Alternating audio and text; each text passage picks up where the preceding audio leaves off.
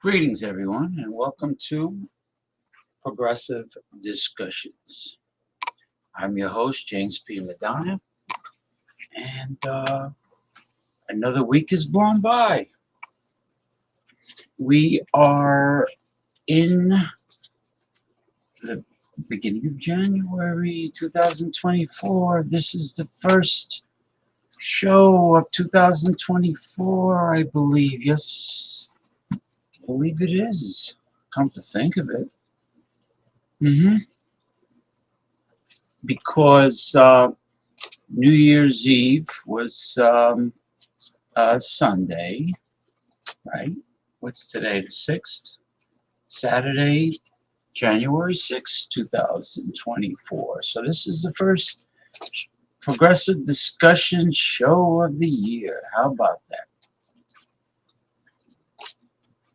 I hope everyone has a much better year this year than last year, but it all depends on the common sense of America. Whether or not all your brain cells are firing properly, and whether or not you're using your brain cells, using your head for something besides a hat rack, and you make the right decision come November 2024. Vote your conscience, vote common sense. It's not rocket science.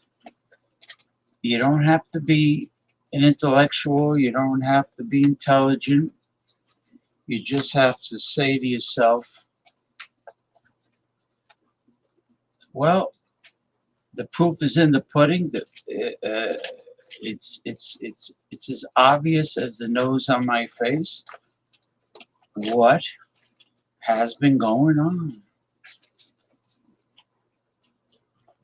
Who brings the most to the table for the bottom 98% of the mainstream population? Who brings the most to the table for the top 2% of the population, the richest of the rich? Who brings the most to the table? That's all it is. And if you had any common sense, you will see that the Republicans bring the most to the table for the top 2% of the population because they only work for the rich and they don't give a shit about the bottom 98%. And that's what it comes down to. That's why the middle class has suffered the income tax burden since Reagan arranged it that way for decades. The rich have been on a tax vacation. It's that simple. The middle class is the backbone of this country, the backbone of the economy, the real job creators. Small businesses are part of the middle class. Not just Main Street, but small emerging growth companies. They're part of the middle class. Why should they carry the tax burden when the fat cats can well afford to pay most of the taxes? But they're not. They lie. They tell you that they are. They'll tell you that everybody, aside from their rich friends and family, are moochers. You know, like Republicans, they say right to life, but they only care if you're in the womb. If you're in the womb, you're like precious to them. Even if even if it's just a fertilized human egg or sperm dying in a tissue, you're precious to them. But once you're born, you're a moocher. You're on your own. It's common sense. That's all it is. I'm not going to get upset and scream and rant and rave. It's just common sense. You have to ask yourself, do I really believe all the right-wing lies that the MAGA January 6th traitors, insurrectionists, and Donald Trump, and all the people, the right-wing politicians that helped Donald Trump? Do I really believe their stories about them being innocent of everything? You know, just ask yourself simple questions. And it's like the old commercial about gambling, about people that are addictive at gambling, compulsive gamblers. The commercial says, "Bet with your head, not over it." Well, vote with your head.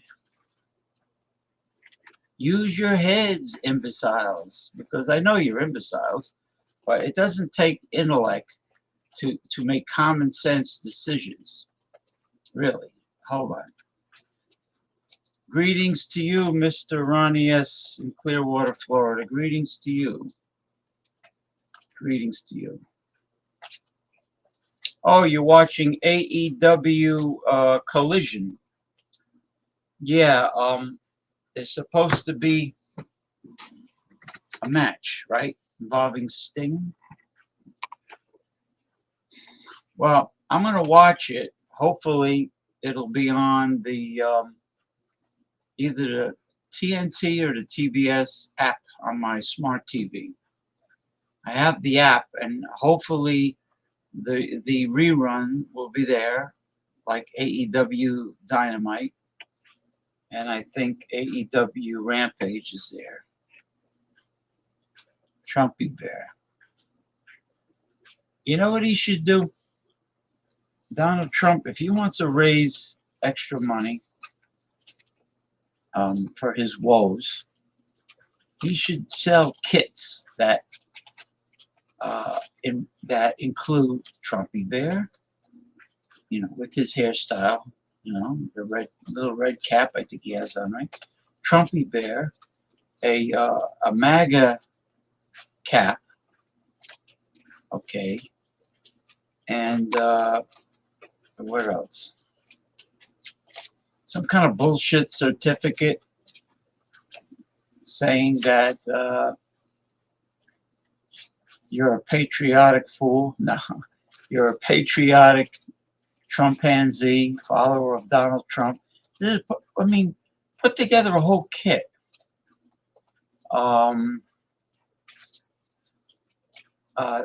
Or if a person can either get the Make America Great Again stupid red cap, or they can get a golf cap, a red golf cap,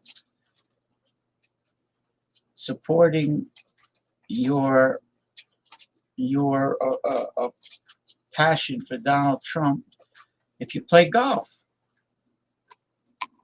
A whole bunch of stuff. He can put together a kit. He's already selling these bogus gold bars or gold coins or whatever on YouTube. National Insurrection Day?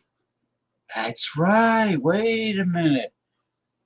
I didn't realize it. Besides this being the very first progressive discussion show of the new year, it is also the anniversary is National Insurrection Day. That's right. Thank you for reminding me.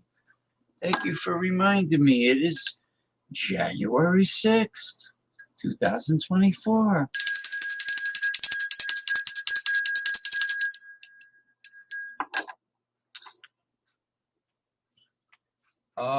Let's see. Should I play Stars and Stripes Forever?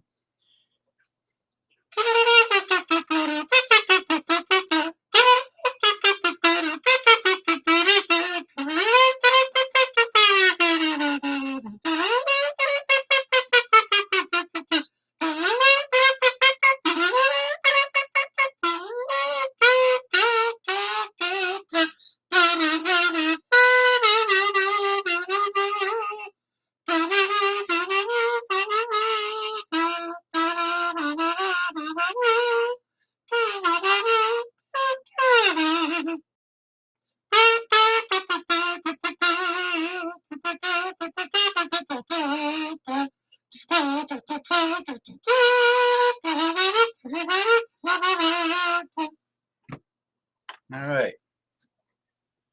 Oh, now let me sink my teeth into the first topic. Insurrection Day. How about that? Too bad you can't come on the show later. All right, let me bring up the first topic. Before I bring up the first topic, I have to get the first topic. Oh, I'll start it off with this.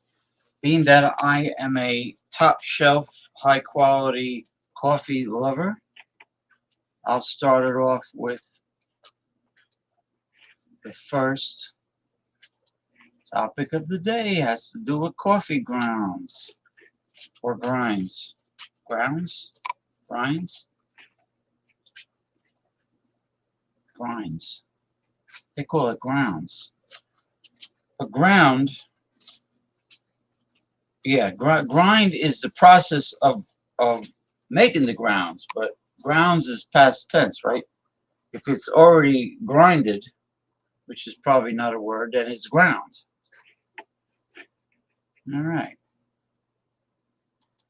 Scientists discover an amazing practical use for leftover coffee grounds.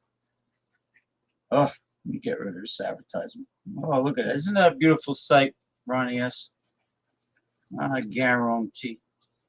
We could be producing concrete that's 30% stronger by processing and adding charred coffee grounds to the mix, researchers in Australia discovered. That's Australian for concrete, mate.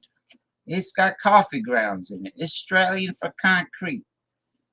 Their clever recipe could solve multiple problems at the same time.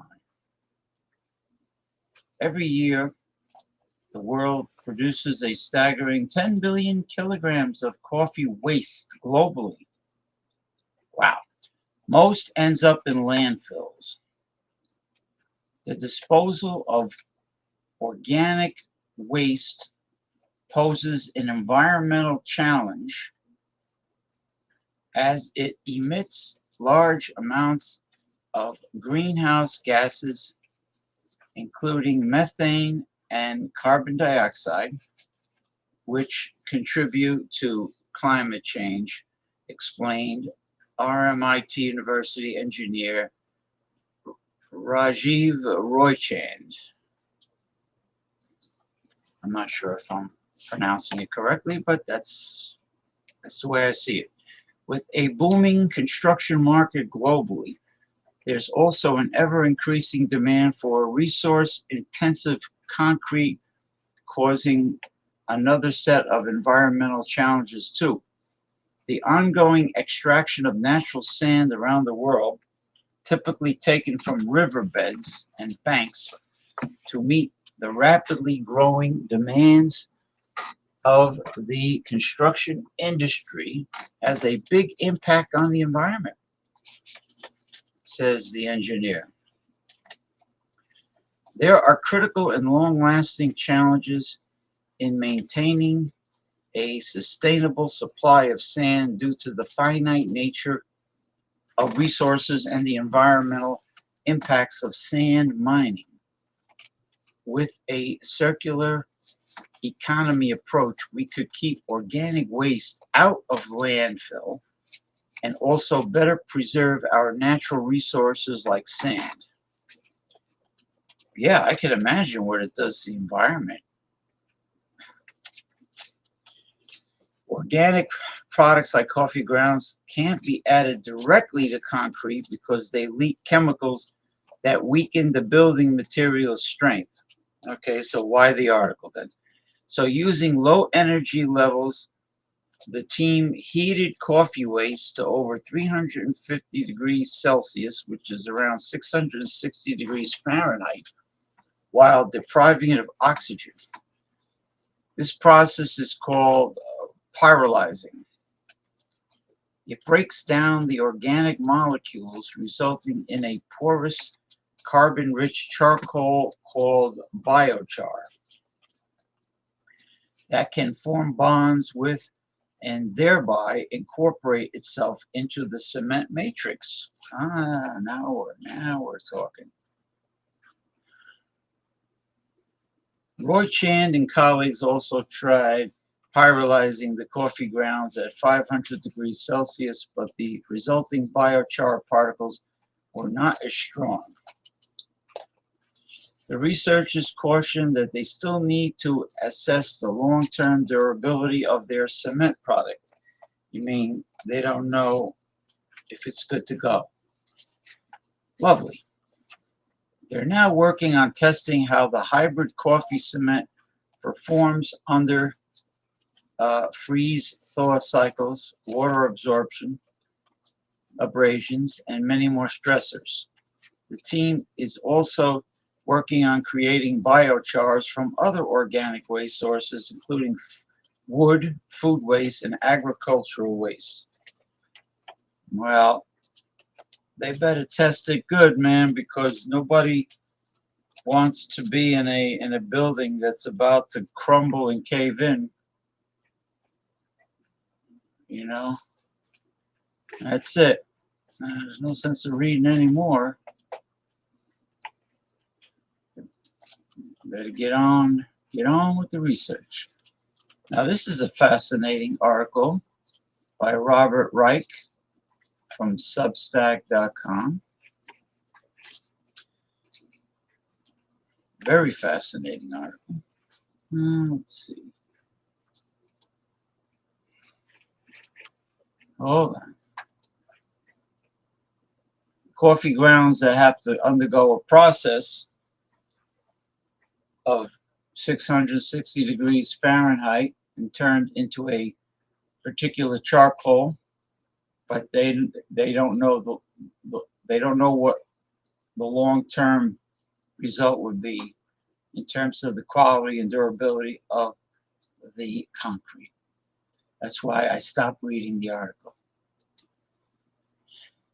Good morning, my dear Masumi from southeastern Japan, Chiba Prefecture. Good morning, Masumi. It is now 10:21 a.m. Sunday in Japan. Thank you for stopping by. Good morning to you, Masumi. Okay. Now, Ronnie S., you are going to find us an interesting article. All right, let me see if I can enlarge this because I don't want to strain my eyeballs any more than they're being strained.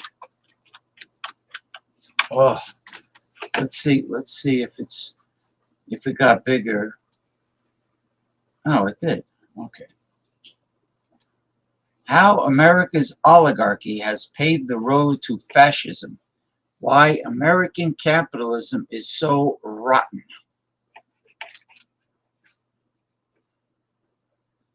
All right, concentrated wealth and power are undermining democracy. Here's what Joe Biden ought to be saying and doing about it. Yeah, well, he better get his ass in gear and sign a whole bunch of new executive orders before election because he's going to get his ass kicked if he doesn't do it. All right. Here's the White House, the Golden White House. Friends, last week I pointed out that America has twice before successfully readapted the rules of the political economy to constrain the political power of wealthy minorities at the top and can do so again. But we will do so only if Americans understand the stakes and the true choice we now face between making the system truly fair and democratic by reducing the power over it of large corporations, Wall Street, and the ultra wealthy, or losing our democracy to a neo-fascist dictatorship. Today, I want to continue that discussion by examining the new American oligarchy, why it poses a threat to democracy, what we can learn from America's two preceding eras of oligarchy, how this third oligarchy has led to Trump, and what Biden, with the backing of the rest of us, needs to do now. Number one, the new American oligarchy. What is this? No, continue reading. Okay. A half century ago, when America had a large and growing middle class, people on the left wanted stronger social safety nets and more public investment in schools, roads, and research. Those on the right sought greater reliance on the so-called free market. Yeah.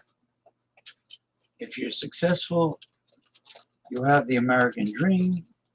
If you fail, you live in a cardboard refrigerator box in the gutter, and with no health care, and you drop dead. That's pretty much what they're saying. All right, but as power and wealth have moved to the top, the real divide is no longer between left and right, as we used to define them. It's between democracy and fascistic oligarchy. In the 2020 presidential election cycle, more than $14 billion went to federal candidates, party committees, and super PACs. Double the $7 billion doled out in the 2016 cycle. Total giving in 2024 is going to be much higher. That money is not supporting American democracy. Okay, it is contributing to Trumpist neo-fascism. As more and more wealth concentrates at the top, the moneyed interests fear that majorities will take it away through higher taxes, stricter regulations on everything from trade to climate change, enforcement of anti-monopoly laws, pro-union initiatives, and price controls. Well, they don't like these because they're obsessed with greed. So they're sinking ever more of their wealth into anti-democracy candidates like Donald Trump and his lapdogs. Trump is going full fascist these days and gaining the backing of prominent billionaires, while Trump's base is making small contributions. The big money is coming from some of the richest people in the United States. Multiple billionaires have donated to the Trump-aligned Make America Great Again Incorporated Super PAC. Phil Ruffin, net worth of $3.4 billion. The 88-year-old casino and hotel mogul has given multiple $1 million donations. Well, Phil Ruffin must think he can take it with him, like the pharaohs of Egypt. Charles Kushner, family net worth of $1.8 billion. That figures, right? The Zionist, the real estate mogul and father of Jared, who received a late-term pardon from Trump in December 2020, has contributed at least $1 million. Oh, that's it? That's it. His daughter-in-law is Ivanka, and he's only helping the Trumps with $1 million. The Kushner's a little tight with the money there, huh? Robert Woody Johnson, net worth of $3.7 billion. Trump's former ambassador to the United Kingdom and co-owner of the New York Jets. Interesting. Has donated at least $1 million. Huh. So the Hess family does not have total ownership of the Jets anymore. Other top Trump donors include Home Depot's co-founder Bernie Marcus, Robert Bigelow, owner of the Budget Suites of America and founder of Bigelow Aerospace, South Carolina's hedge fund manager Scott Bessent, and California businessman Howard Groff. Oh yeah, well they support Trump because they don't want to pay any taxes at all. They want to continue the Ronald Reagan tax vacation on the rich. While the Trump campaign's fourth quarter totals aren't yet available, during the third quarter, Trump hauled in a whopping $45.5 million, with over $37.5 million in his campaign coffers as of the end of September. Oh, no wonder why he's so lawyered up, huh? Several other major Republican donors have supported Trump's rivals for the GOP nomination, but are expected to shift to Trump as rivals drop out. These include shipping magnate, I should say maggot, right? Richard Uline, whatever the fuck, Uline, and his wife Elizabeth, Warren Stevens, CEO of Stevens Incorporated, oil and gas maggot. I say maggot, Harold Hamm, pipeline mogul Kelsey Warren, Midland Energy Incorporated CEO Syed Javed Anwar, billionaire energy executive Jeffrey Hildebrand, Arkansas businessman Ronald Cameron, and Americans for Prosperity. Yeah, Americans for Greed. The political network founded by the billionaire industrialists brothers Charles and David Koch. All right, and there's a lovely cartoon that I should download. There we go. See the magnet? The rich old bastard. It's got the magnet, the dollar sign, and he's sucking everything. He's drawing everything towards him. Number 2, America's 2 preceding oligarchies. The word oligarchy comes from the Greek word oligarchies. Oligarchies, meaning few to rule or command. It refers to a government of and by a few exceedingly rich people or families who control the major institutions of society and therefore have the most power over other people's lives. Oligarchs may try to hide their power behind those institutions or justify their power with platitudes about the public good or excuse their power through philanthropy and corporate social responsibility. But no one should be fooled. Oligarchs wield power for their own benefit. Well said. Modern day Russia is an oligarchy. A handful of billionaires there control most major industries and dominate politics and the economy. Well, Satan comes to the world as an angel of light to deceiveth the people. Even a system that calls itself a democracy can become an oligarchy if power becomes concentrated in the hands of a corporation and financial elite. Yeah, and anything could be corrupted, sure. Their power and wealth increase over time as they make laws that favor themselves, manipulate financial markets to their advantage, and create or exploit economic monopolies that put even more wealth into their pockets. As I've noted, America has experienced oligarchy before. Many of the men who founded America were slave-holding white oligarchs. What did I say? They own land, the rich white landowners. Okay, they own plantations and they had slaves. I'm talking about the Northeast, the founding fathers. At the time, the United States did not have much of a middle class. Most white people were farmers, indentured servants, farmhands, traders, day laborers, and artisans. Black people comprised of a fifth of the population, almost all enslaved.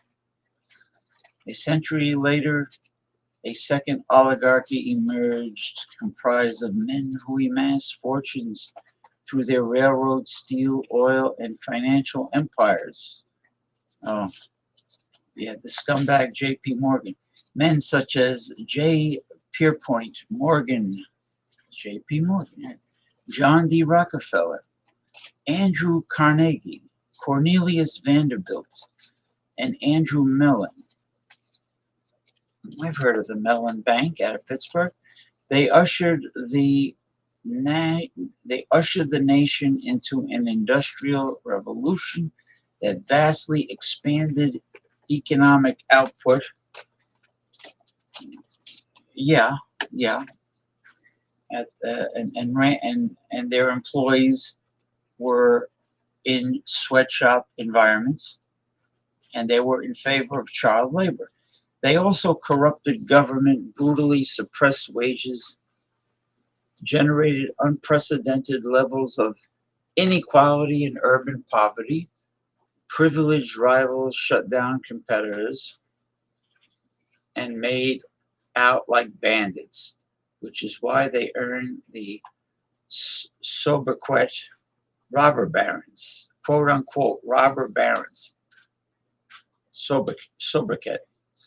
The progressive era that began with the presidency of Teddy Roosevelt in 1901 undertook a series of reforms to erode the power of the robber barons. World War I and the Great Depression of the 1930s sapped much of the robber barons' wealth, and beginning in 1933, after the elections of Teddy Roosevelt's fifth cousin, Franklin D. Roosevelt, now I didn't know they were related, coupled with, no wonder, they're both from New York State, coupled with Democratic majorities in the House and Senate, most of their power was eliminated. For the next half century, the gains from economic growth were more widely shared. Democracy became more responsive to the needs and aspirations of average Americans. During these years, America created the largest middle class the world had ever seen. There was still much to do.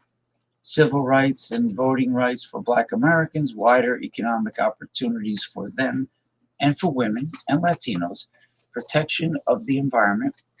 Yet, by almost every measure, the nation was making progress. See, the robber baron, the billionaire is going, what? See, what? Number 3, how America's third oligarchy has led to Trump. Now, before I continue, let me see if there's any messages. Yes, there is. Masumi says, thanks, James, for your reply. Well, you're very welcome, Masumi. You're very welcome. Okay. All right, back at the ranch. How America's third oligarchy has led to Trump. Starting around 1980, a third American oligarchy emerged. It is even less principled and more willing to subvert democracy than the second. Since 1980, the share of the nation's wealth owned by the richest 400 Americans has quadrupled, from less than 1% to 3.5%, while the share owned by the entire bottom half of America has dropped to 1.3%, according to an analysis by Berkeley colleague Emmanuel Saez and Gabrielle Zuckman. Excuse me while I sip on my organic matcha green tea.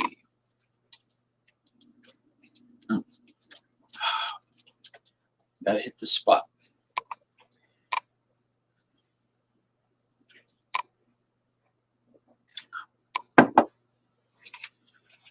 Very good tea. The richest 130,000 American families now own nearly as much wealth as the bottom 90%. That's 117 million families combined. The 3 richest Americans own as much as the entire bottom half of the population. The only other country with similarly high levels of wealth concentration is Russia. No wonder why Trump was such friends with Vladimir Putin. They had many things in common. This has been accompanied by a dramatic increase in the political power of the super wealthy and an equally dramatic decline in the political influence of everyone else. 2 of America's most respected political scientists, Professors Martin Gillens of Princeton and Benjamin Page of Northwestern University, analyzed 1,000 799 policy issues and found that the preferences of the average American appeared to have only a minuscule, near zero, statistically non-significant impact upon public policy. And these are the voters. Not to mention the primary taxpayers. You see how much they care about you? About the little guy? Zero. The fat cats care zero. Instead, they found that American lawmakers respond to the demands of wealthy individuals, typically corporate executives and Wall Street moguls and big corporations. Those with the most lobbying prowess and deepest pockets to bankroll campaigns, and when a majority of citizens disagrees with economic elites or with organized interests, they generally lose. Notably, Gillens and Page's research was based on data gathered between 1981 and 2002, before the Supreme Court opened the floodgates to big money in Citizens United versus Federal Election Commission 2010 and McCutcheon versus Federal Election Commission 2014. If the preferences of average Americans stood little chance against the demands of economic elites before these cases were decided, they stand even less chance today. Note that big money was already moving into American politics courtesy of two prior Supreme Court decisions, Buckley versus Valeo, 1976, and First National Bank of Boston versus Bellotti, 1978, ruling that it was not criminal bribery for billionaires and corporations to buy off politicians, really, and giving corporate persons the right to pour unlimited amounts of dark money into political campaigns. So they wanted the right to be corrupt scumbags with no integrity. Okay. That Lewis Powell himself, author of the infamous 1971 memo to the U.S. Chamber of Commerce calling for more corporate money in American politics, wrote the Bellotti decision. Oh my God, how long is this? Oh, this is a nice image. There. Stomp, billionaire. Financial corruption, tax evasion. Stomp, stomp, crush. Look, he's crushing we the people. Okay.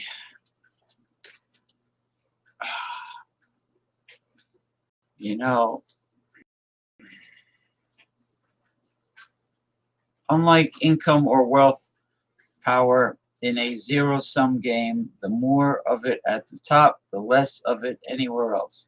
In the election cycle 2016, which delivered the White House to Trump, the richest 1/100th of 1% of Americans accounted for a record-breaking 40% of all campaign contributions. By contrast, in 1980, the top 0.01% accounted for only 15% of all contributions. Not all wealthy people are culpable, of course. The abuse has occurred at the nexus of wealth and power, where those with great wealth use it to gain power and then utilize that power to accumulate more wealth. The so-called free market has been taken over by crony capitalism, corporate bailouts, and corporate welfare. This is how oligarchy destroys democracy and how oligarchy leads to neo-fascism. As oligarchs fill the coffers of political candidates and deploy platoons of lobbyists and public relations flacks, they buy off democracy. Oligarchs know that politicians won't bite the hands that feed them. There will be no bold response to the failure of most people's paychecks to rise, nor to climate change, nor to systemic racism, nor to the soaring costs of health insurance, pharmaceuticals, college, and housing. These are not the main concerns of the oligarchy. Yeah, it's not their problem. They don't care. So, therefore, they have no empathy or compassion. As long as they control the purse strings, the oligarchs know there will be no substantial tax increases on them. Instead, their taxes will fall. There will be no antitrust enforcement to puncture the power of their giant corporations. Instead, their corporations will grow larger. There will be no meaningful constraint on Wall Street's dangerous gambling addiction. The gambling will grow. There will be no limits to the pay of CEOs, Wall Street traders, hedge fund, and private equity managers. Their pay will continue to soar. Government will dole out even more corporate subsidies, bailouts, and loan guarantees to big corporations and Wall Street. It will reduce or eliminate protections for consumers, workers, and the environment. It will become a government for, of, and by the oligarchy. When Trump describes opponents as vermin, stokes racial resentments, fuels hatred of immigrants, and spreads fears of communists and socialists, almost exactly the strategy employed by Adolf Hitler and the Nazis in Germany in the 1930s and 1940s. He gives the oligarchy freer rein. Trump thereby distracts Americans from how the oligarchy is looting the nation, buying off politicians, and silencing critics. He causes Americans to distrust and fight each other rather than look upward and see where the wealth and power have really gone. And there's that lovely cartoon. There you go. Number 4, what Biden must do. Yeah, right. Joe Biden has spoken forcefully about the importance of protecting American democracy from Trump's neo-fascism. Now is the time for Biden to go a step further and promise that if elected for a second term, he will commit to getting big money out of politics, even if this requires a constitutional amendment. Why isn't he doing shit now about that? You know, he should start by forgiving student loans. His second term pro-democracy agenda should also focus on strengthening voting rights, ending voter suppression, busting up monopolies, and passing a progressive wealth tax on large concentrations of wealth. Also, yeah, he should also get rid of what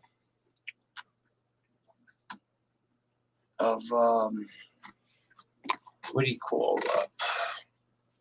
such a strong pro-democracy agenda, gerrymandering. That's it. He should really eliminate gerrymandering.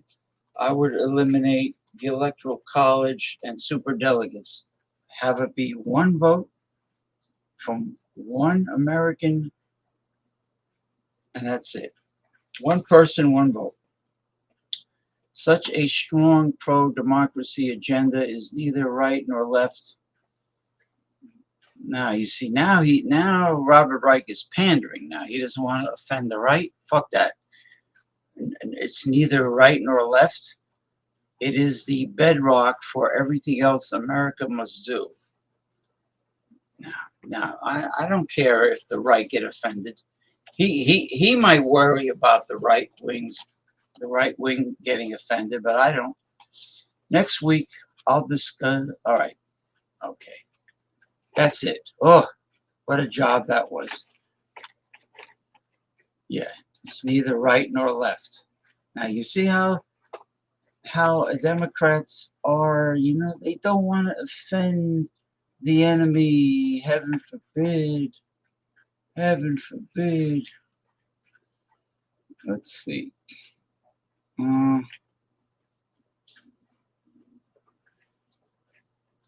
me check this one out.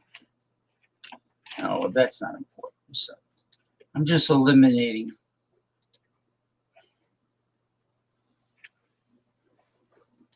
That's not important. But this looks important.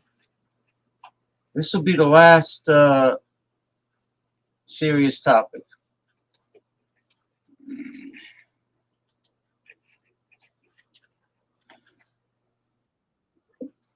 Okay. Yes.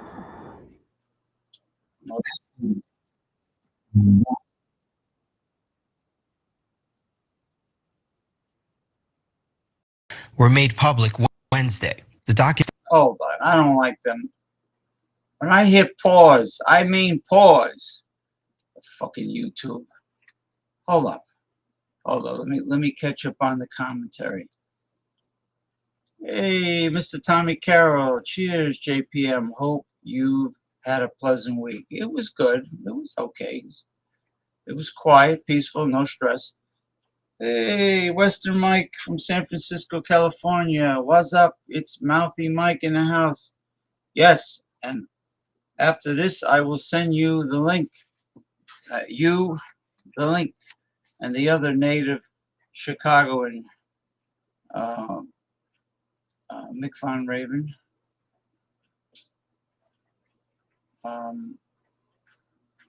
Who will look forward to seeing you. JPM, you seem to agree on the right of abortion. Do you think it's okay to kill an innocent up to the time of birth?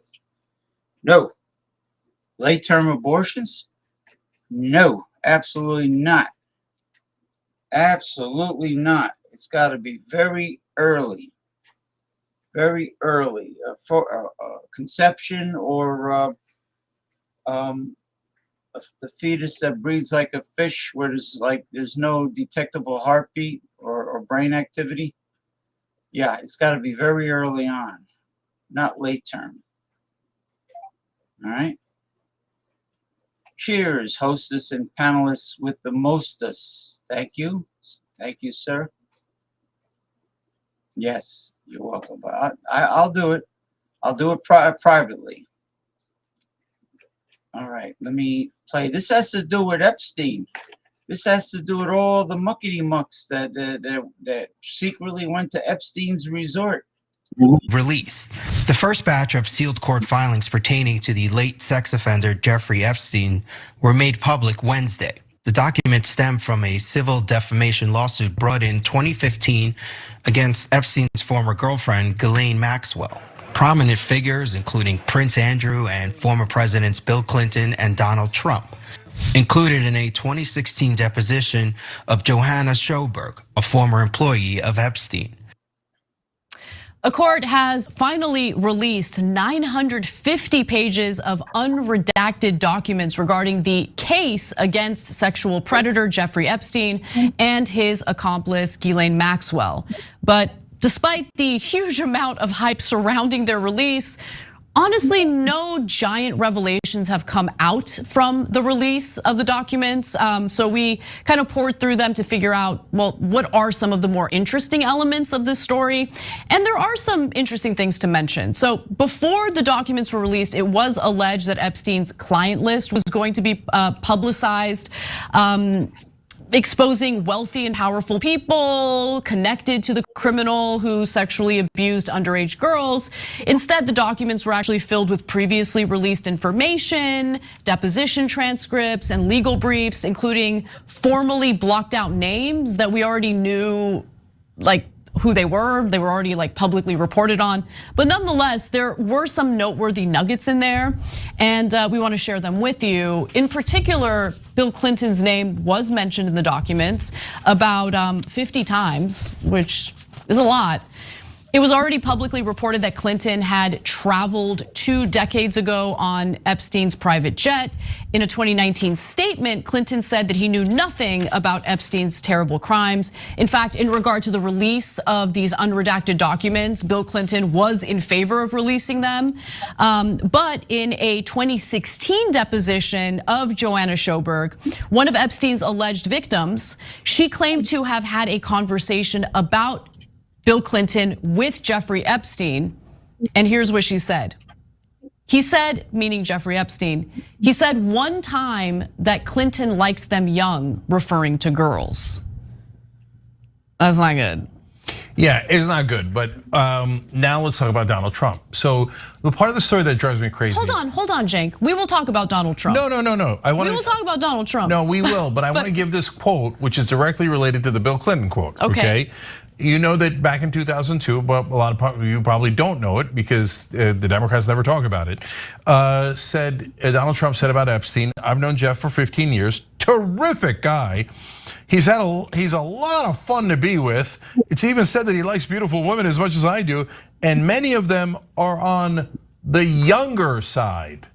So Donald Trump always knew what kind of a creep Jeffrey Epstein was. His name is all over the documents, but the Republicans don't like to mention that. Okay, Cenk, but when you immediately jump to, okay, but Trump, can you just take a second to acknowledge how gross Bill Clinton is? Yeah, I'm acknowledging that they're both gross. They're both gross, yes. Yeah, no, because what I don't like is Republicans pretend that Donald Trump's an angel about this and that they're super upset about Epstein, super upset. The minute you mention a Republican, they're like, no, that's my daddy. He could do anything he wants to women, he could grab them, young women, who cares? Who cares? I don't care about children at all, as long as Donald Trump is doing it and is cheerleading for it when Epstein did it. So let's be fair, I got no love for Bill Clinton. Say anything you like about him. All these men are just disgusting. They're so disgusting. Now, even though she said that in a deposition, the records do not indicate that there's any evidence of illegality on Clinton's part, so gotta mention that. The documents also include references to major figures like Donald Trump,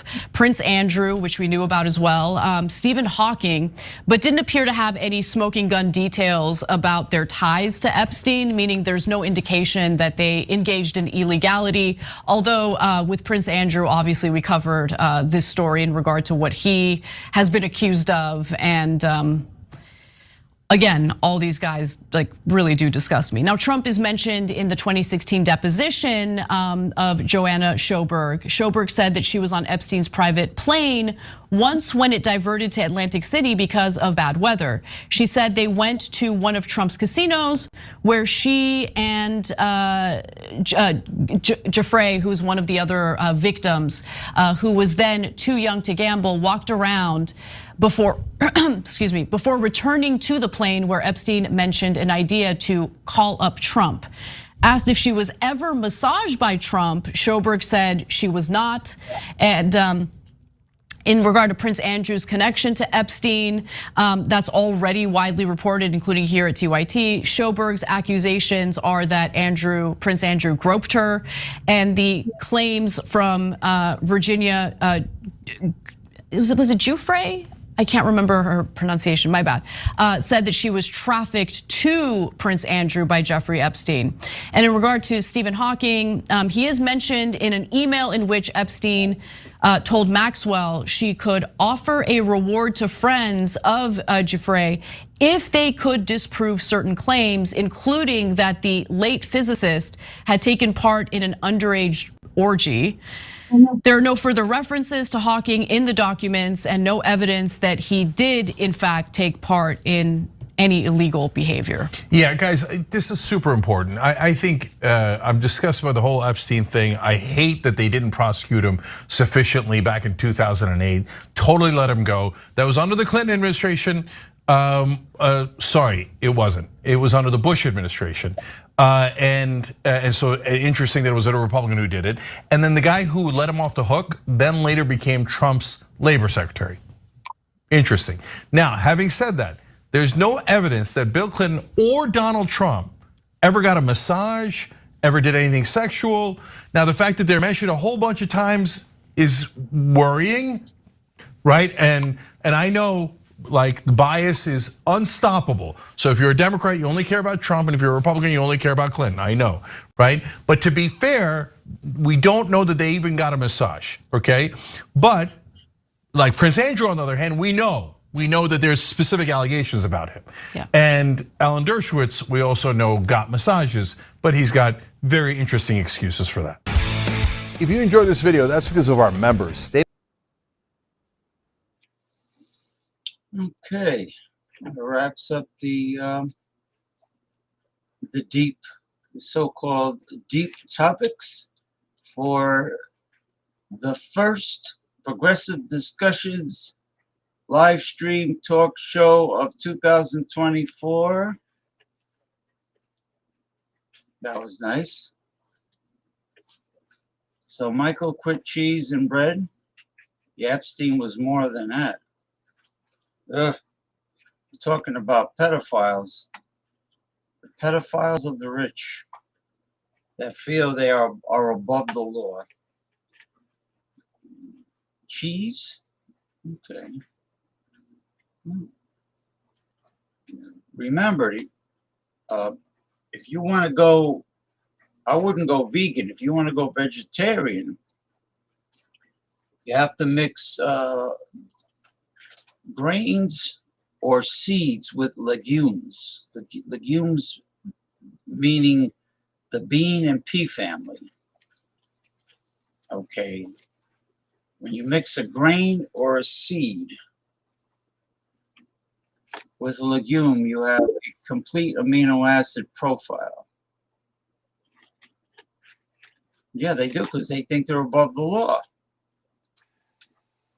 And here he is. The one and only. How are you, brother? Happy New Year, and I hope you had a Merry Christmas. Yeah, it was good. This is the first Progressive Discussions of 2024. And It's going to be one hell of a year. The election. Oh, my God. And they haven't wrapped up any of those trials. Mm. I thought those trials would have been wrapped up, some of them by now. None of them are. The 6 against him. Epstein was a pedophile and a misogynist. He's a damn pedophile. And that woman was an accomplice. What a piece. What she must, she doesn't think much of women the way she blindly did anything he wanted her to do. Lure the girls. She rounded up the cattle, so to speak. Yes. Yeah, she should still be in jail. She's just as guilty, in my opinion. Yeah. Well, I was mentioning that, in 2024, Americans don't have to be brilliant. They don't have to be very intelligent. They just have to use simple common sense and ask themselves, who brings the most to the table for me? If you're part of the bottom 98%, who brings the most to the table? Now, it's sad that, the Democrats didn't nominate Bernie Sanders, but, we have what we have, the lesser of the two evils, but it's way lesser. To me, I'm not a fan of either of the two parties, the major parties. Well, the only problem with at the time Bernie did not get the nomination, the fear was he would have lost to Trump, is why. Not that he wasn't good enough for the job. Americans are still brainwashed. Yes. I think that socialism is bad. Yeah, that scares them, and it just, this country doesn't know the first thing about politics. You know how fucking happy the Scandinavians are with their system and free health care. Yeah. I mean, even Canada to a certain point, not as happy as Scandinavians. Scandinavians get like a base pay every month just for being a citizen. I'll take it. Where do I apply? Norway gives you about almost $1,000 just by being a citizen. And I'm gonna need a little more than $1,000 to live off of, but that's a good start. No, this is just this is on top of what you make. Oh, This is a okay. base. This is a, you know, Nice. then you make whatever you want on top of that. But, this is to make sure, they want people to live a happy, fulfilling Yes. life. Yeah. You're not, the human lifespan, we don't live as long as a Galapagos tortoise. Our lifespan is not exactly, We're not all pushing over 100 readily. yeah. So it's like, we should at least be happy and healthy. Yeah. Happy and health. Well, healthy is first priority. Health is not guaranteed. Good health is not guaranteed to anyone. Are you better off now than 4 years ago? In some areas, no. That's a good question. That's a good question. But you got to understand something. The imbeciles, the American imbeciles, voted in a Republican-controlled House of Representatives. You know what I mean? Like they're so obsessed with their freedoms, right? Yeah, they don't realize that the services that they take for granted is part of socialism. The garbage removal. Yes, exactly. Exactly. The plumbing. Plumbing, Department of Public Works. Yeah, Exactly. plumbing, the sewer system. Many things are part of socialism. So these idiots, they're so worried about, oh, my freedom is going to be taken away. But you know what? Both parties are guilty of wickedness and wrongdoing, but one is definitely a hell of a lot more wicked than the other. Well, the one that's in bed with the NRA is the wicked one. Well, You heard the chairman's he's resigned instead of facing scrutiny in a lawsuit. Yeah, that this country does the idea that we need to have our guns no matter how many people are shot. Gun control, this country doesn't believe in gun control. It's kind of a shame because there's way too many. Every day there's a shooting. You become so insensitive to it now. Like every day you hear about a shooting in a school or my friend, well, a citizen has no business having an assault rifle. no automatic weapons. None of them should ever be able to buy one. The Second Amendment, when they wrote the Second Amendment, everybody had muskets. And it was during the Revolution, and you had to have arms. Black powder. These people went hunting. Yeah, they were part of the Revolution. Hey, Mike, you told me you were free to come on, right? I sent you the link. Where are you? You tell me you're free to come on. Where? What's going on here, man? Hey, what's going on here, man? Why so many shootings? Because of violence on TV and in the movies. Violence is like entertainment for Americans. We love violence. We do. They pandered and embraced that whole, like with the rap music and the gang shooting, and I'll just kill my enemy, and life means nothing to me. Even my own means nothing. They glorify the criminal. Tupac and Biggie Smalls both executed. Yeah, it's the music. It's realistic, it's homicidal. I think there's something. I don't know if it's the right word is hypnotic, but there's something about the lyrics in this music today that is part of the brainwashing of certain rappers. Yeah, definitely. People. Just like any certain music's a brainwashing. Certain kinds are always made to help brainwash the public. Like soft music, soft rock. It had to be a brainwashing involved there. There's a glorification of the criminal mind. Yeah, like it's so cool.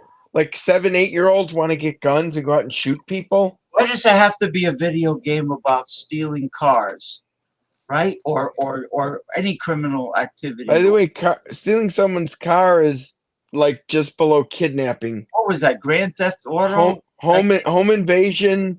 You know, the stealing cars is home invasion, kidnapping, stealing cars. You're gonna get big penalties for stealing a car. They don't go light on Well, car thieves at all. Do you notice the violence in Oh, they shoot them. Yeah. in the Get video out. game, in the video games? The violence. All right, listen. I want to play a song for Tommy Carroll because he's going to work. I think, unless he's going to a Are sex. you playing it on the kazoo? Unless he's going to a sex orgy. Another great show, JPM. Off to the circus. Maybe go watch my favorite group, the Buckinghams. They're from Chicago. Yeah. The Buckinghams were.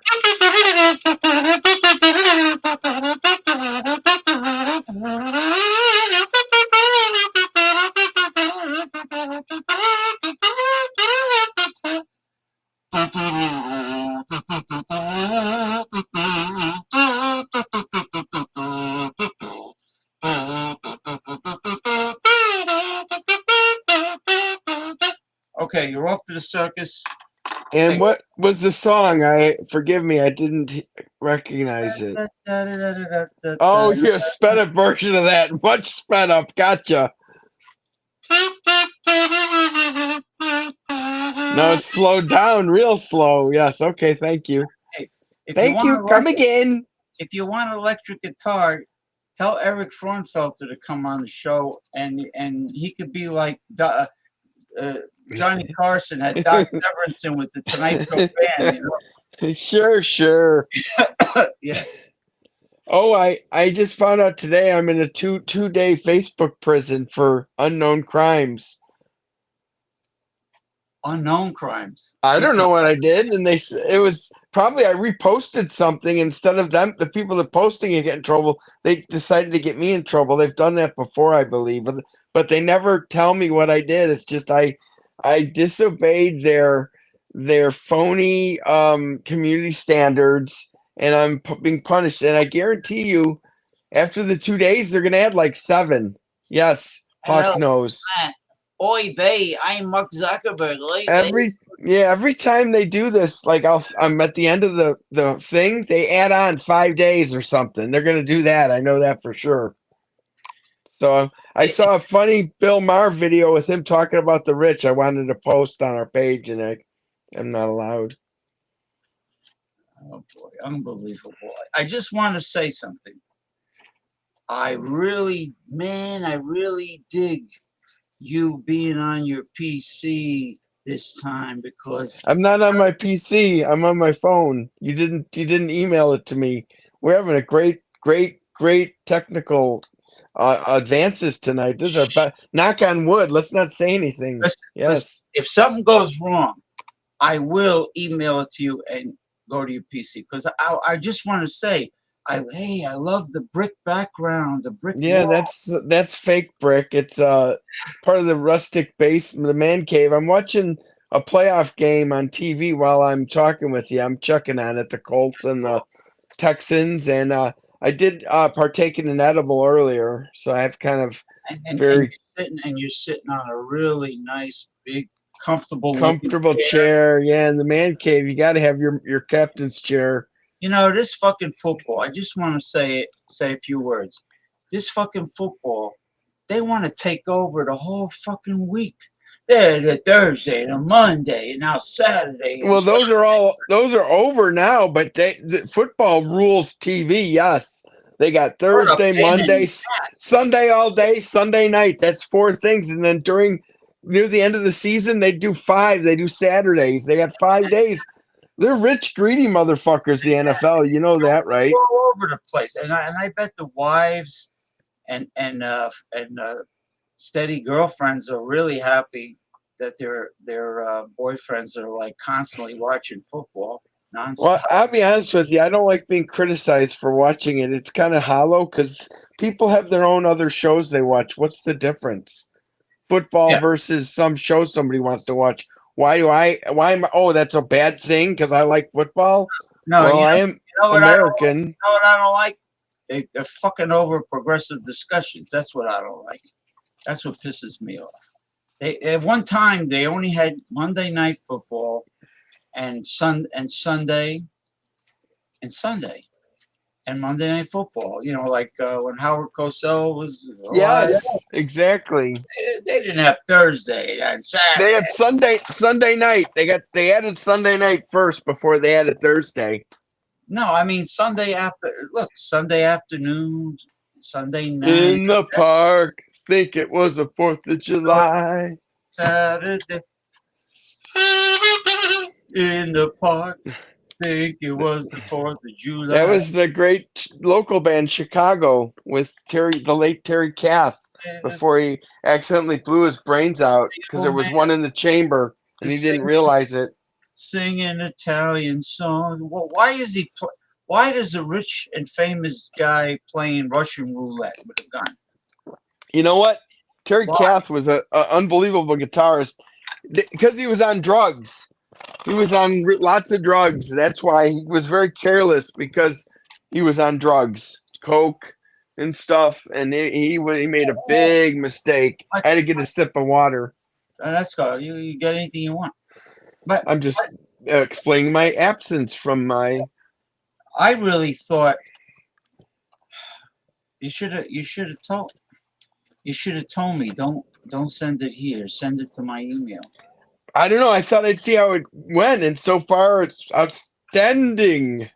I'll send it anyway, just in case. Okay, you do that, lad. We never know what's going to happen. I honestly believe it might be because it's only two of us might be an advantage. I don't know. I'm just guessing, maybe. Well, you do your day job on your PC. Yes, I do. On your desktop. Well, I do it on the company's computer. Actually, it's a desktop. Yes, but it's a desktop, and so the company, it runs off, yeah, the company off. wants me to pad my numbers, so I try to take the easier stuff and do a bunch of it because their records are skewed and they don't have the proper information for me to do some of the harder things.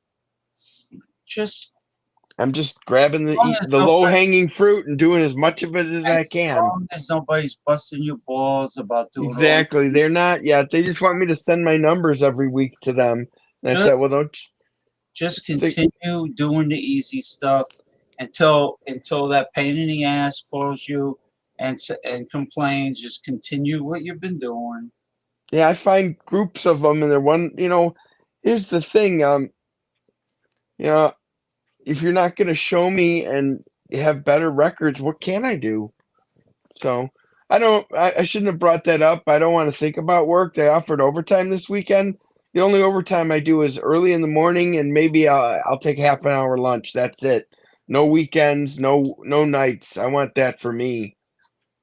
That's my time. Okay, I'm sending it to your Gmail account. Okay, thank you. You have a Yahoo too, but I'm sending it to Gmail's better because Yahoo is now taken over by. Yahoo had to get Gmail's security because they leaked all kinds of stuff. Well, I had to also create 2 or 3 Yahoo email addresses because just in case Zuckerberg terminates my my membership. The problem I had is I joined a different name. They still found out it was me and got rid of it. I never was able to have two profiles. Did that have to do with your phone number? URL, I think, or something. Phone number? Mick, yeah, don't say it too loud. Mick is coming in good tonight, but I emailed him the link so he can use his desktop just in case. If needed, yeah. But right now I'm going just so. Singing Italian songs. Da, da, da. Oh, anyway. They had another good number about writing a song, but it sounds like they're talking about drugs. 25 or 6 to 8. 25. Should I get up then do some more. 28. It's a good song. They were a great band. I forget the Buckinghams. I think they sing "Kind of a Drag" or something. I don't remember the. I know they have a hit. All kind of. Might have, that might be the Buckinghams. I can't remember. I'd have to Google them. That's the '60s, right? Yeah, Kind of a drag. Yeah, I remember that song. I think that's them. Now, if I want to look at my email real quick, do you think that we'll find out? Hold on. Remember before it About the wasn't working? Kind of a drag. No, that when I put this up, it wasn't working before. Do you remember that? Yeah. Now it's working okay, it looks like, but my picture's gone. My name, every time I have to enter my name, I don't know. It doesn't seem to want to remember me anymore. Do they want you to upload a new avatar? Or is that, so No. They just, well, I could, but I'm going to be on the air with that. You can hear me right now, right? Yeah. All right. Now, That's Michael Goldsmith Hilton. I sent it to you on Instagram like you want me to. I don't know. Yeah, I'm looking at it right now. I send it to you on Instagram. He tells me he's free, and he says send it, and I send it. well, then he should look for it. He says, well, wait a minute, I gotta find it. I says it's on. It's where the same spot. Yes. Instagram. Yes. What the? It's always. Anyway, right now you got like an M. You got an M. Somebody's coming on? Is that you, Ronnie? Oh, that's me. Oh, I thought it was Ronnie coming. No, you can't. You can't upload your image anymore. It won't let you upload your image. Kind of a drag. I got to look up the Buckingham's famous song. Damn it! Kind of a drag. I've got to. I must. Hold on. I think that might have been it. Buckingham's. Like Fuckinghams or Buckingham? Yes, the trucking lambs. Oh, Mike says, "Hold ya horses. Hold ya horses." Let's see Buckingham songs. Yeah. What about Kind of a drag? I was right. What about? Kind of a drag. Oh, Back in Love. Let's see. Yeah, that was their big hit. Kind of a drag when she don't love you. What about kind of a drag? What about another M? And what about Sam the Sham and the Pharaohs? Wooly Bully. Oh, hold on. Donald Trump refuses to sign something that he'll. Hold on. Donald Trump refuses to sign pledge against overthrowing government. You can put that up. Government. So what? There you go. Pixelating. It's starting again. It's starting. Who, me? No, now you went clear. Now you're clear. It's the motherfucker. Hey, all right. My theory of more than one person, maybe. Kind of a drag. No, you got. So Donald Trump refuses to sign a thing that he's not going to overthrow the government. Put it on. I never expected him You're to. allowed to screen share. It's on the bottom. It says share screen. It's Who, me? Yeah. It was just a bloop on the phone. Sorry, I didn't. I don't know if I saved it. Hold on. If you open it up with your browser, All right, I'm opening it up. You can share it here. Okay, hold on. Let me see. Michael, where's your video? Should I copy the link? This is easier because I'm kind of doing my planetarium, so you're not gonna be able to see. I don't care. I don't care if I see your planetarium. I like to see the stars go by. Oh, cool. Well, so I copied the link. Now what can I post it somewhere? I shall be off camera for now. You bring it up. Okay, I have it up. Yes, sir. Bring it up on your browser. Okay. All right. Yes, it is up. Yes. You go underneath where your video normally is, and there's an icon in the shape of a monitor with an arrow in the middle. No, not on this one. That's because you're on the phone. Son. That's why. Hold on, let me see if I could. Well, the Why does phone, it say you don't even share? need to use the tablet on the phone. You can Nah, do a he's live got show to. on the phone. I bet if he went on his desktop, you would see all the things I'm seeing. Well, I wouldn't get that notice. Yeah. That notice only comes on the phone. Oh, I follow you now. In other words, it's not on your Google browser. It's What's possible the to name of do what we're using to restream? Well, doing Restream on my phone, James. It's working. you're on Restream, and so is Michael. He's Okay. on. Yeah, I don't know why I can't share that. you can do it on your phone. You're like the unknown comic, Mike, like with a bag over your head almost. Oh, Do you remember him?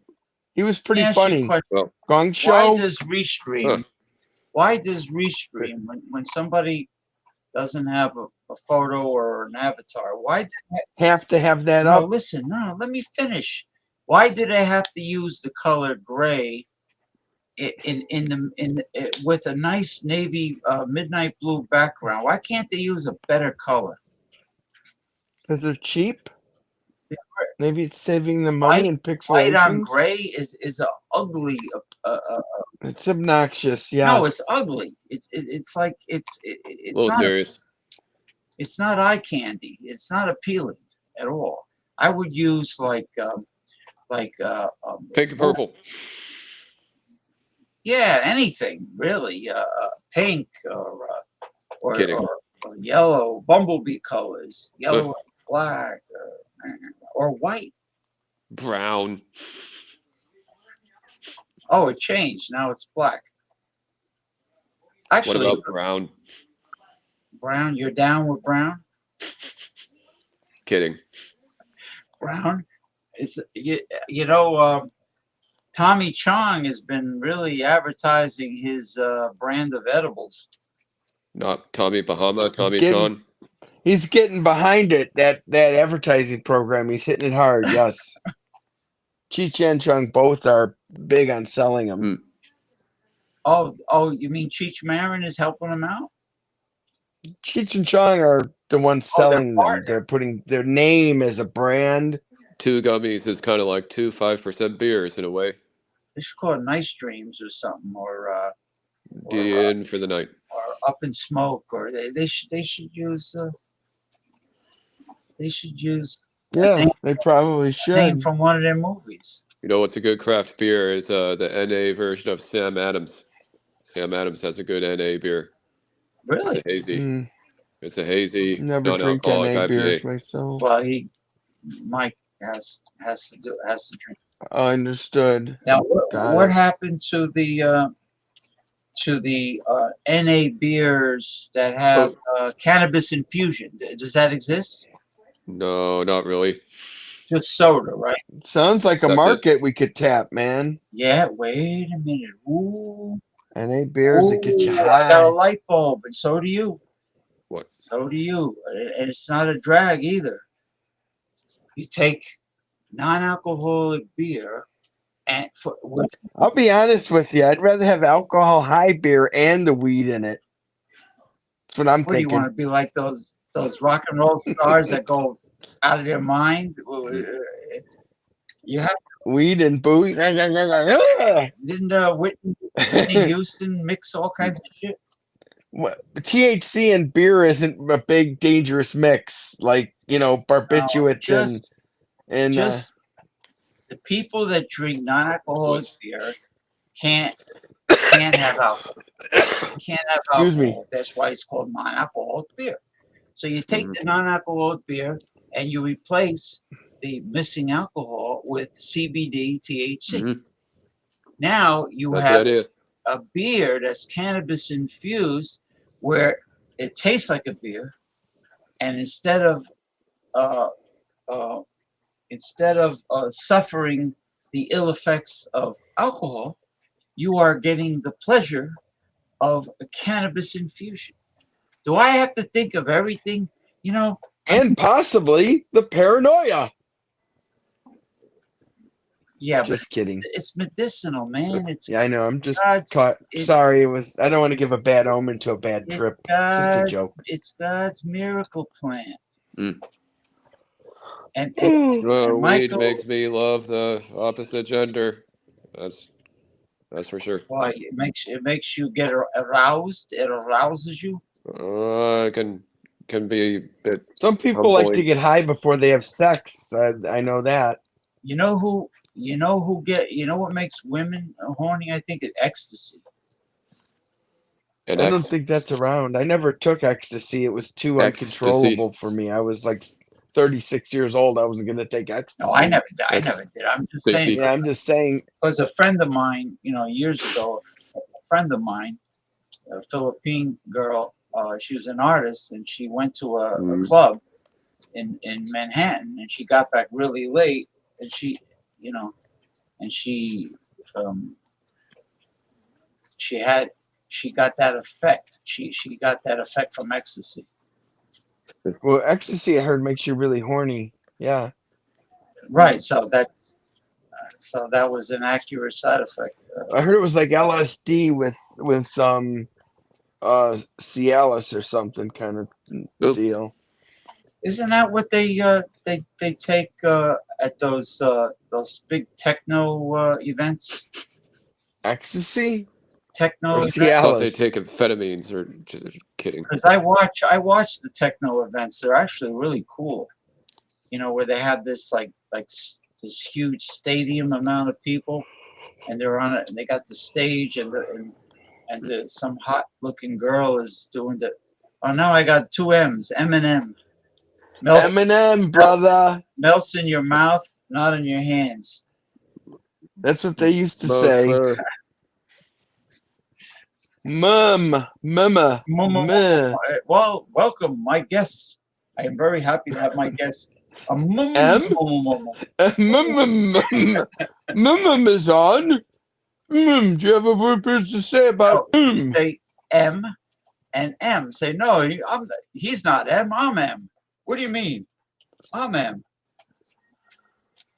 He's not Mike. I'm Mike. Wait a minute. He's Mike too. Actually, the both of you are Mike.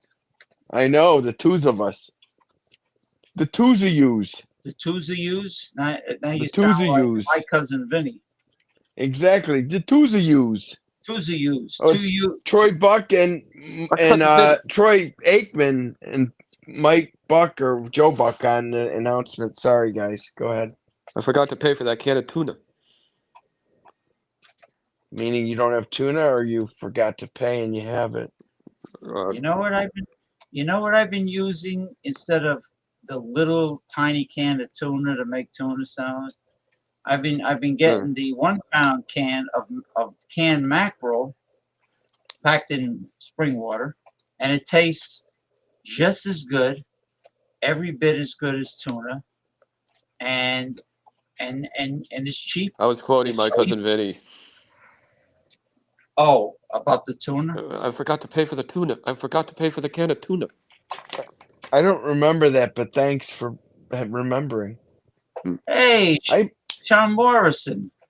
I personally do not eat tuna. I do not like the taste of it. Is this too fishy? Is this the one and only Sean Morrison? Hey, how can I share this link with friends? Is this the one and only? Oh, you copy. You go to where I sent it. You okay. You click. You put your finger on it. You copy, and then paste. Copy and paste. Is this the one and only Sean Morrison? The one and only? Riders on the storm. Boom, boom, boom. I like the. You like the Doors, Michael? Have you ever? I'm always a fan. This person will then be able to join us, right? Yeah, Sean Morrison. Sean Hollywood, Sean Morrison. My friend Mick Von Raven. He knows a lot about heavy metal. He's always a fan of L.A. Woman Sunday afternoon. He's a huge heavy metal enthusiast. Hey, pajamas. I had an old woman. I have an old browser thing and it had a picture of Ronnie on it. I'll be right back. Now Sean, You could come on if you want. Just go to that link and type in your name. Hey, He Jimmy. managed a heavy metal cover band called Cooper's Dignity. They were Who actually did? quite good. Sean Morrison. Cool. He So I sent I that link to a friend. Doesn't that mean she could join us? I didn't really. I thought she said she wanted to view it. Maybe. no, that's for joining. Oh shit! I sent that If one. she wants to view it, she'll have to go where Sean Morrison is looking. She'll have to go to my Progressive Discussions the YouTube channel. I don't have that link. Do you? Can you send it to Well, me? it's youtube.com / youtube.com / All right, hold and on. let me finish. Yes. And the @ symbol, and then Progressive Discussions. You have to put or you could put Mega Life 21. Either or, you could put the @ symbol. At Megalife 21. Hold on. No, at Progressive Discussions. No space. So what's the Megalife thing that you said I could find? Or that's the one. That's the address I used to. Maybe it still works. / Megalife 21. That might be easier. Oh Yeah, LA I woman. found something. Yes, I've come across your channel, but where's like the latest one? I see. Huh. Maybe so. This is maybe your older stuff. Well, they both should work actually. Yeah, LA woman. Well, how do I get to the? I don't know. Hold on. You rather type than talk, Western Mike? Isn't it easier to talk than type? Or I don't know. All right, whatever you like. LA woman is better than Riders. Well, they're both great. Light My Fire. They're all great. I like Steppenwolf, Magic Carpet Ride.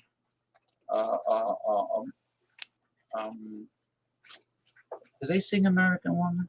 Steppenwolf? No, that's all. I understand. That's understand. Well, the good thing about, all right, no problem. I understand. You're tired. I get tired too. I've been very tired. Right now, it started snowing, and it turned to rain. And I knew it was going to turn to rain because every time being that I'm near the water, every time it snows, it always turns to rain. But my sister gets more snow because she's inland. Steppenwolf, yeah, Magic Carpet Ride, yeah. No. Steppenwolf is a famous band. Sean Morrison managed the heavy metal band Cooper's Dignity. I know him personally. I know the band also.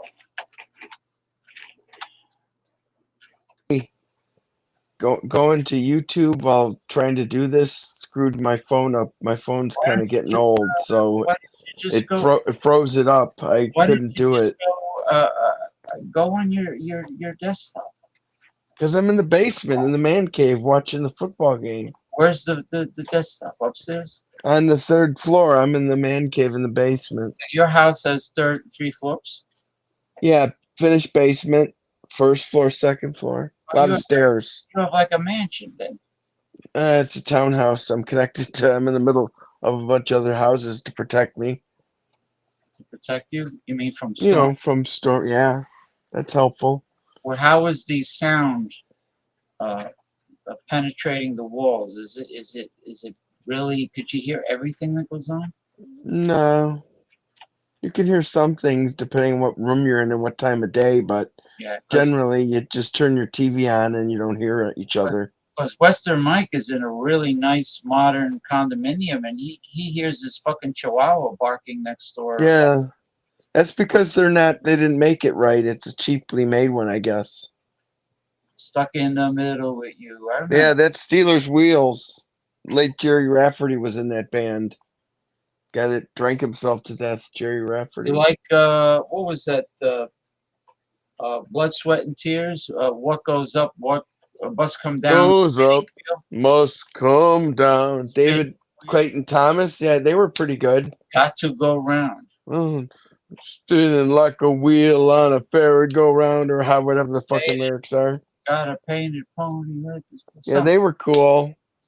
I also liked that band that covered Motown when they did. I got what's the name of the band with the singing drummer? I got into them recently. Anyhow, Peter Rivera was the name of the drummer. Yeah.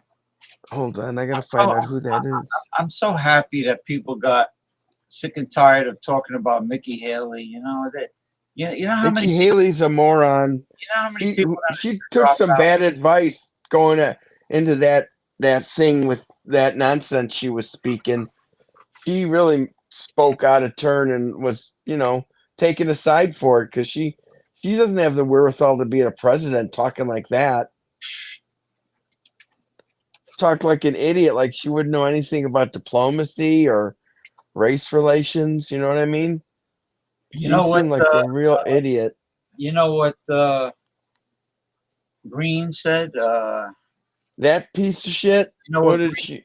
You know what she said? She says the people that participated in the January 6th insurrection were all Antifa. Antifa Congress members are part of Antifa. I didn't know that. No, Antifa is not a bona fide. Some say it's not like an organization. Like it's just a phrase. A register. Just a phrase. Antifa. Yeah. Marjorie Taylor Greene. Is that her name? Yeah, I don't know how she got elected. There must have been a whole county of her cousins that elected her. Inbred. She is a box of hammers. She's from North Carolina. Yeah, puts the extra stew in stupid. She is a moron. Have her and AOC ever gone to blows? That I'd like to see. Like maybe some nude mud wrestling between the two of them. You want them to start making out. I want them nude mud wrestling would be fine with me. No, love American style. The red, white, and blue made for you. I always thought I think I mentioned this before. I always thought I was gonna see TNA on that, and I really didn't.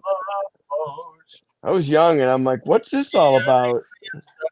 For everyone, the love. No, love. Oh. So exciting and new for you, Love Boat. Come aboard. We're expecting you. What was Captain Stuping's name on Mary Tyler Moore? Murray? Hey, Captain Murray. Where's Lou? You know, Bernie Koppel was in Get Smart. Yes, he was good in as we do not Dunkov here. We do not. Yeah, he was funny. He was wearing the black leather jacket. He was like a U-boat commander. We do not foo-foo here. We do not do that. You know, the guy that played his sidekick was the first Ronald McDonald. He did the commercials with the he was made Bernie up as Ronald. Barney Kopfel's Chaos. Yeah. Chaos. Maxwell Schmart. Yes. Maxwell Schmart. Carol. A carol is supposed to appear. What is that sign? The sign says restroom. Restream. Wait a minute. Who's coming on? I see a brown blotted out, but nobody's there. No, somebody's here. It says Carol. Oh, person? Do you know a Carol? No. Cheryl, probably. And I was trying to Carol? get Cheryl. I was trying to get her to look at the stream. She wanted to see it, so she's probably Oh, her here name to is Cheryl. Cheryl. Yeah, Maybe she's using Carol because she's she's incognito. afraid. She's afraid somebody's going to chase her with a piece of celery and stalk her. Oh Get it? God, that's bad. Stalk her. Okay, so she's on, but she's not commenting. She's just She watching, ain't saying I nothing. guess. She's not saying nothing. Nothing. Well, I nothing, didn't. nothing. I must have sent. Now she's off, right? No, because I did that. Okay, good work. She's not saying nothing. I gotcha. I agree with you totally. Yeah, you can't. Well, see, I'd actually need you to email me a link to send her because I couldn't get it on when I was on the phone. I did. You sent me the YouTube link, not the link to join. Oh, the that. Oh, of okay. your hold on, YouTube, yeah. And then I hold could on. text it to her so she could watch. Right. Cheryl Carol, just hold on. I'm going to send him the link to view. The link to view. Pew, it's Whoa. the link to view. Pew. Exciting and new. Come aboard. We're expecting you. The love boat. And did you ever see the parody of that on SCTV with John Candy as tattoo? And Eugene Levy was Ricardo Montalban. It was fucking hilarious. They had a scene where a woman pays for her trip with the Stradivarius and tattoo humps the Stradivarius and collapses it. It's so fucking funny. You'd have to see it. Oh, they had John Candy like miniaturized. Oh, boss! Oh, he was miniaturized. Yeah, with special effects. He looked like, Gotcha. it was pretty funny. Oh, Levy there with you the go. eyebrows. Thanyou, Your, sir. I'll check it out. Your audio was gone. Uh-oh. What happened? I told you. Man cave, you might. Now you're back to normal. Oh, God. You know why I don't have any problems? Because I'm on a desktop. It's exciting and new. Come aboard. We're expecting you. Okay, I just sent it. Hey, come on. I have to throw this phone against the wall. The motherfucker. Exciting and new. All right. Oh, I'm by myself. I'm stuck in the middle with you, Western Mike. I'm stuck in the middle with you. Oh, there he is. I don't know what to say. I sent it to you.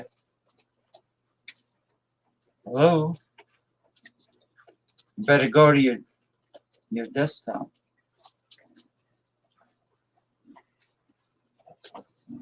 Man. Exciting and new. Now my phone is freezing up. You believe that shit? Myself, I apologize. Sent it to you. Okay. Now my phone is. Your phone's acting up now? What'd you say? That was funny. No, I just read your message. Yes. That you texted me. Yes. Yeah, but that gray It's not that funny. That gray with the white M, it really irks me. I don't know why Restream did that. I mean, Well, put a white circle with a black M in the middle. yes, Let people, indeed. Let people choose the font. Yes, what the font's going on? Yeah. Oh, I emailed you the. I got it and I sent it. Thank you, sir. Sorry for closing out. That was my fault. Exciting and new. Where's Sean Morrison? What was that that song from Poseidon Adventure by Helen Reddy? There's got to be Morning After Pill. There's got to be That's a morning after pill. That's when the fat Shelley Winters capsized the cruise ship. Yes. Did you hear now the Supreme Court's going to make decisions on the abortion pill? Because they're next to God. They need to make godlike decisions for people. So they're really trying. They're really trying hard to stop all states from allowing. Supreme Court allowed, I don't know if it was Idaho or somebody out west to you can't get an abortion of any kind. It's against the law to have any abortion at any time. So, because they're out of their minds. Yeah, because Trump put all those pro-lifers in there. Their religion is a cult. Yes. They don't know. They don't know the God of the. They wouldn't know the God of the Bible if it bit them on the tip of their nose. No, they're all religious by convenience. That kind of shit. They use religion as a shield and a weapon. They claim that they're pro-life as long as you're in the womb. Once you're born, you're a moocher. You're fucked. You're on your own. Once you're born, you're the mistake. Yeah, they don't care about you once you're born, but if you're in the womb, oh, you're precious. You're valuable. They take a lot of stock in unborn lives for some reason. You know what it is? I think it's about, with them, I think it's about power. Because they can control a fetus? They want to control the population. They want to control everything. They're obsessed with not only greed, but power. Yeah, they definitely want to. The rich want to get richer. That's for sure. And that article I read about the oligarchies. Yeah. America, the United States went through 3 oligarchies. And it mentions the third oligarchy is the oligarchy that got Trump elected. Yeah. And they said that the third oligarchy of the United States is trying to turn democracy into neo-fascism. Oh yeah, they want fascists here badly. Neo-fascism is what Donald Trump represents, and fascism has nothing to do with democracy, and I guess this is why Trump has an affection for dictators. Yeah, he loves them. And it mentioned that the only other country in the world that is pattern that is very similar to neo-fascism would be Russia. What about North Korea? Well, Russia, you know why I said that? North Korea is pretty much a military dictatorship, but Russia is ruled by all their own. Yeah, I see what you're saying. Yeah, either one is bad, by the way.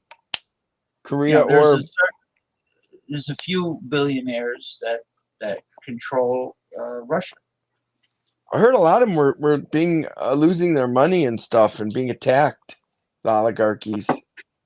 Well, remember when the United States government started confiscating their yachts? That was awesome. Yeah, because they were in cahoots with Putin. Yeah, this was at the beginning of the Ukraine invasion. At the beginning. Yeah, this thing's going on far too long. And you know who else might be a neo-fascist is Netanyahu. Oh yeah, he's an idiot for what he let happen there. I hold him personally responsible. He's a piece of shit. It is really not. It is despicable and not necessary at all to harm civilians. That's how I look at it. Yeah, and he let that happen on his watch. They brought him back for what? I don't know. You know what this Israeli general or commander said to an interviewer? He can't guarantee he won't kill civilians, or he says that's part of war. Civilians getting killed is just, not that many. Part of war, not that many. They killed a lot of Jewish and I don't know. I mean, bad stuff overseas. When the United States attacked Saddam Hussein, Iraq. that was one of the biggest mistakes we ever made. Well, I know about the mistakes, but I'm just saying they used the high technology that they used. They targeted where the enemy were. You know, the buildings that they blew up. The U.S. You mean? When the U.S. attacks, Yeah. it targets the military locations. Yes. It doesn't. Otherwise, they might, if they didn't care, they would just send like B-52 bombers and drop civilians. Yeah. You know, like they did in World War II. Just drop tonnage. Yeah. Just bomb. Germans and the English love to bomb each other civilians. What is that? Carpet bombing? Yeah. That was later on with the Middle Easterns did the carpet bombing. It's like it just spreads everything out. Bad stuff, man. Yeah, exactly. And the drones save military lives. I mean, the people that are. Can you imagine if a drone was after you to kill you, man? That'd be pretty stressful. And I've heard they've killed civilians with drones accidentally. Accidentally. Well, they're going to kill the target, and it kills the target and others, is what I believe happened. Well, they the worst part is they're trying to make drones more sophisticated, where the drone can make its own decisions when it's out to That's seek and crazy. destroy. You mean AI drones? Yikes. Yeah. The drones decided you're no longer essential for this operation. It's going to take you out.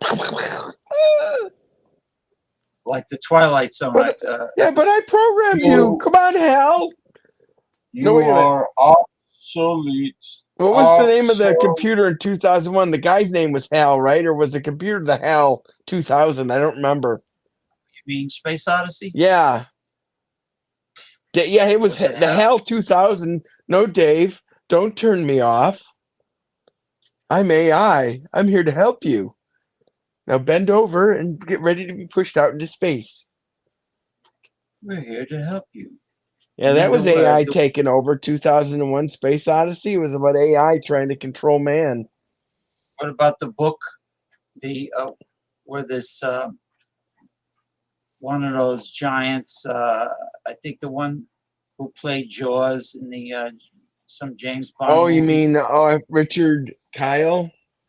I think he played an alien on a Twilight Zone. No, that was what's his face? That was Lurch. Two different people. Yeah, that was Lurch. And then he had this book. It said How to Serve Humans, and they thought it was that the aliens wanted to serve us. They didn't realize they wanted to serve us for dinner. He was on an episode. Lurch was on an episode with the beautiful Yvonne Craig. Was that her name? The one from Batgirl. Yeah, her. She was in that green makeup seducing, Shatner. She was really good in that with that makeup on. She was quite beautiful, Yvonne Craig. Yeah, she was. She died younger than she should have.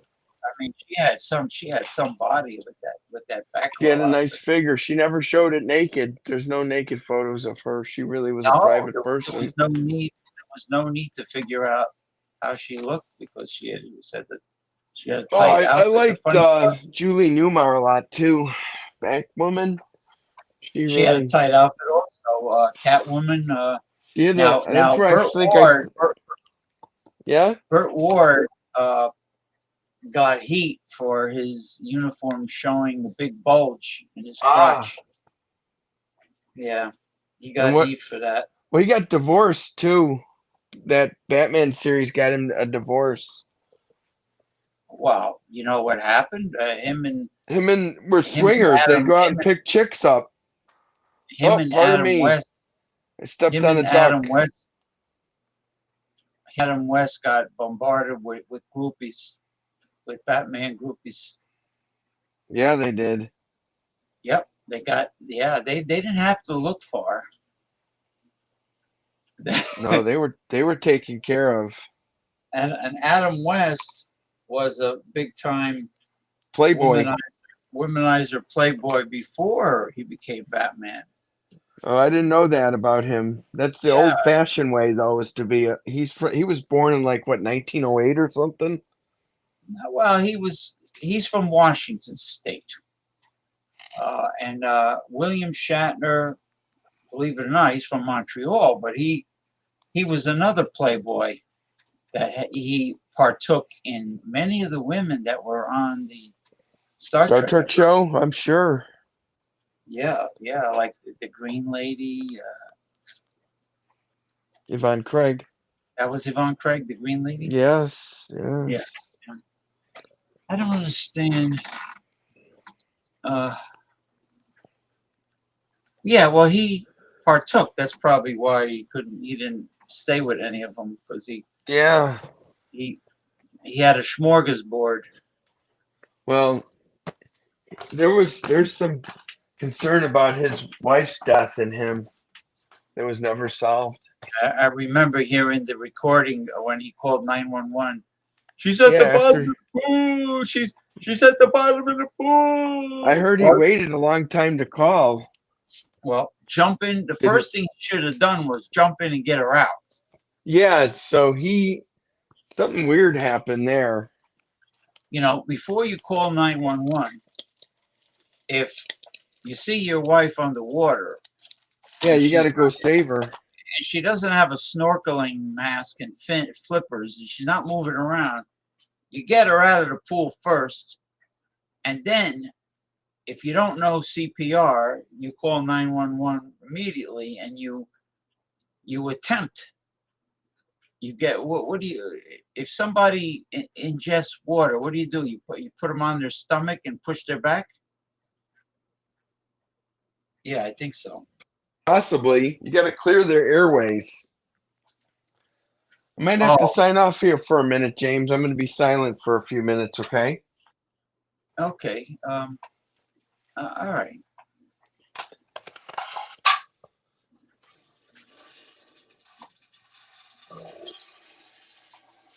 Yeah, I'm surprised that some of these other folks don't want to come on by way of audio and video. You know, I don't. Anyway, we are streaming on YouTube and Twitter, which is now called X. So, if anyone out there has any questions or they want to, not by me. I don't call Twitter X. Well, I'll call it Twitter. That's why I said Twitter. I just like the black X a lot better than that annoying light blue thing with the birdie in the middle, the white birdie. It's very glaring. I like the black. Whatever it be. Yes. I'm streaming there. So if anybody's out there that has any questions about any topic at all, if you want to type it in the comments box, I'll communicate with you that way. If you don't want to come on the show for whatever reason.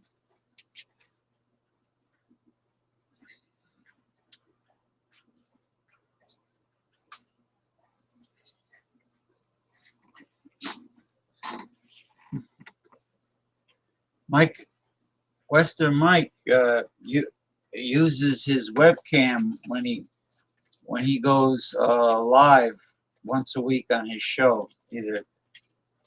I think it's. He said he's switching it from Sundays to Friday afternoon, or maybe he's doing both Sundays and Friday afternoon. But yeah, when he goes solo, he's on there, living color.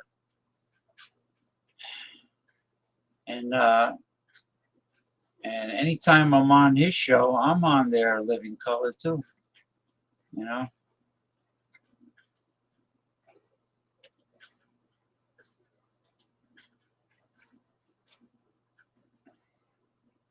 So, if anybody has anything to say it now.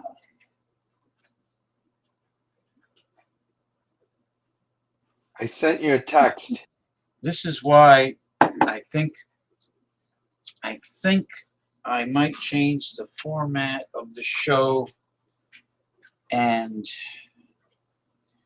possibly not do the deep topics, because it's like, what the fuck am I doing? What am I doing? It's like what am I gaining from it? I mean, here I'll be back in a few minutes. Sorry, bro. Oh, gotcha. No, hey, Mother Nature, when Mother Nature calls.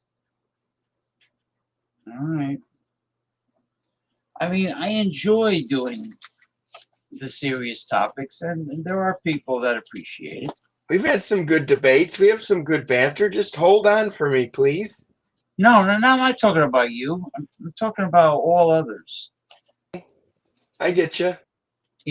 Ronnie Simpson, Western Mike, Tommy Carroll, Bart Robinson, Sean Morrison. Well, I know Tommy Carroll has to.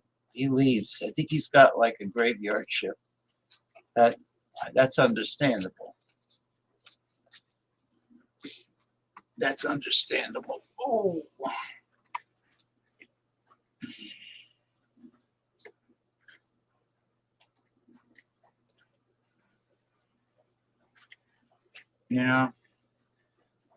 But the funny thing is, if I was reviewing bourbon, whiskey, rum, or craft beer, I would have 1,001 people on this panel, guaranteed.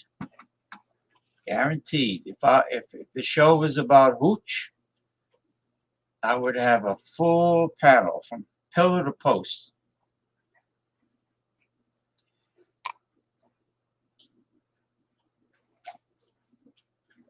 What do you think? Where do you think Eric Fraunfelter is? He's on all the Booze Hound shows. That's why I don't see him anymore.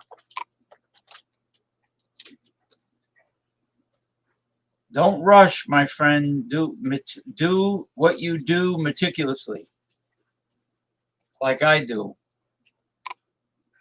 That's why I take long showers too. I'm very meticulous.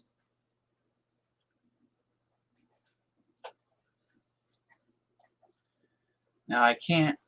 It's too bad I can't play any like enjoyable songs because of the copyright situation. So I can't do that. They really limit you. I mean,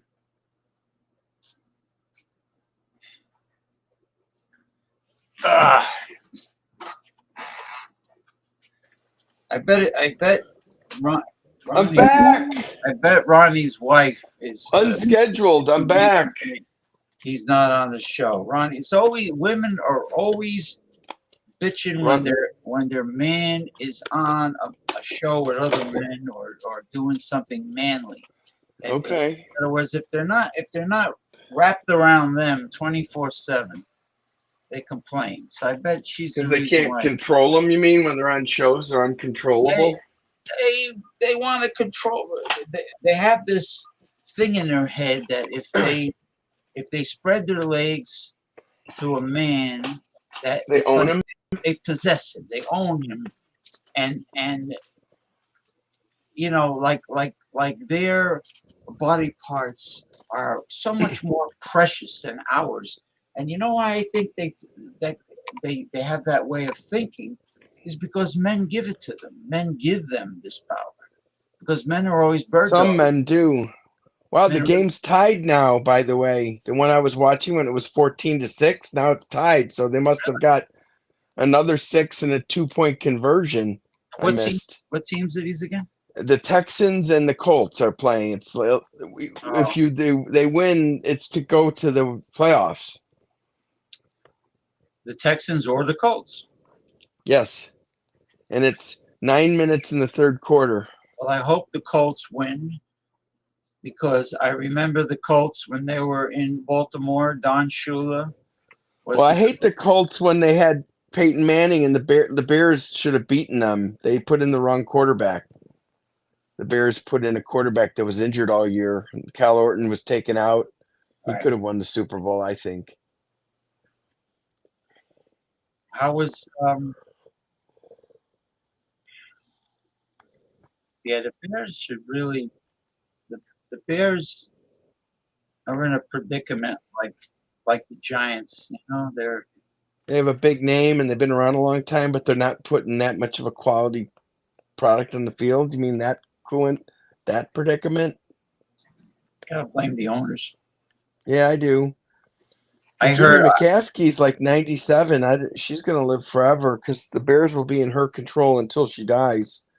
And when she passes away, the Bears will have to be sold because they don't have enough family members that want to own the Bears. she's a cheap old bag. Well, he had a son that died of a heart attack. That's really the problem. If he was still around, Muggs, I think his name was. Yeah. Yeah, and he died too young, and he was a big football guy. The Bears don't really have a lot of football people involved. It was a fluke when they got Ditka and Buddy Ryan together. I was reading a long article about the Boston Red Sox and why they went from being on a super hot streak, winning World Series, and to nothing, to pathetic. Their owners, they put all the blame on the general manager, Sham Bloom, the Jew that they hired, general manager. They put all the blame on him not wanting to spend money, but in reality, it was the owners. It was them. The new owners that are cheap fucks, and the fans are livid. They're furious. They don't want to spend the money to get the quality. Well, there should be a salary cap so the Yankees can't buy everything they want. I don't understand that. Why are the Yankees allowed to sign all these contracts when other people can't afford it? Well, the Yankees have a piece of shit general manager also. Oh, that Brian Cashman, he's a douche. Yeah, he's made some of the worst deals in baseball from he signs older veterans that had long-term contracts. Long-term contracts that had a great past, but what have they done for you lately? They do have Stanton and the other guy. Yeah, but they made a big mistake. He hasn't been hitting for a long time. Giancarlo Stanton is injured often, isn't he? He's always getting hurt, and every year. And Brian Cashman signed him to a long-term contract with a no-trade clause. Oh God, what a moron!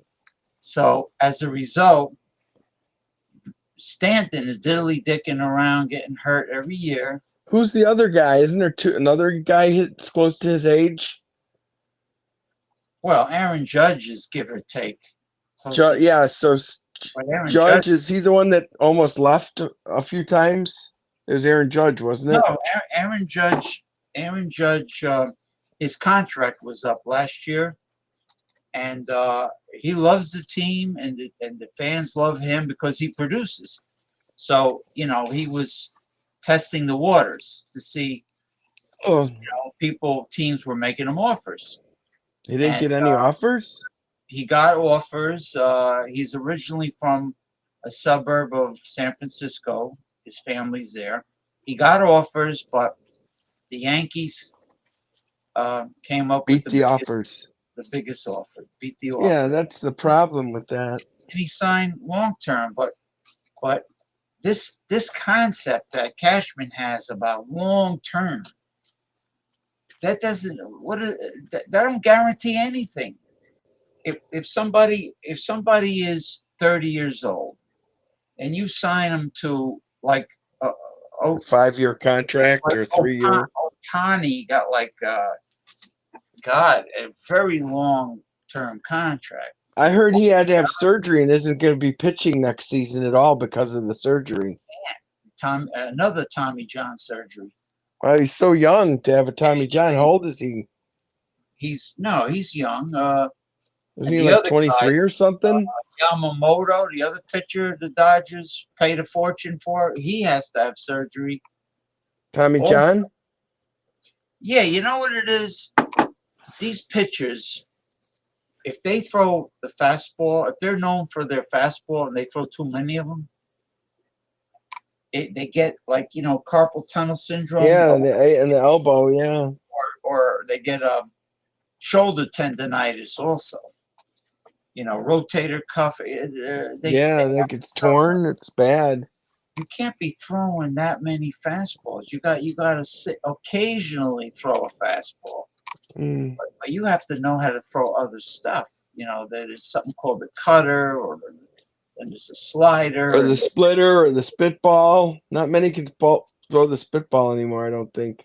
Gaylord Perry. I remember he was with the Cleveland Indians. I refuse to He'd say been around. He'd been with a few teams, I think, wasn't he? he was with I think he was with. He might have been with the White Sox when he was older. Jim Cott, I think, finished with the White Sox, and he was a knuckleball. He was a knuckleballer, like Wilbur Wood was with the White Sox. He was a famous knuckleballer. Knuckleballers aren't around much anymore. It's a lost art. Yeah, because you have to really know how to throw them. Yeah, knuckleballs won't be knuckleballs unless they're thrown correctly. Knuckleballs are usually hard to hit.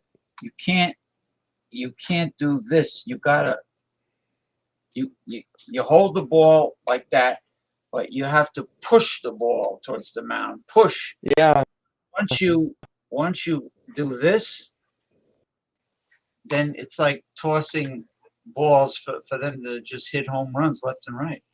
It's like, yeah. They also had the submarine pitchers that would pitch that underneath. The Sox had a closer like that for a while. The year they won the World Series, this Japanese guy, and then Dennis Eckersley. no, an Asian guy. I'm talking about more recent times. He was a side armor. Yeah, this guy was, and everyone figured him out, and they had to get rid of him. So, yeah, submarine guys, side armors. Sometimes people can figure those out easier than knuckleballs, I think.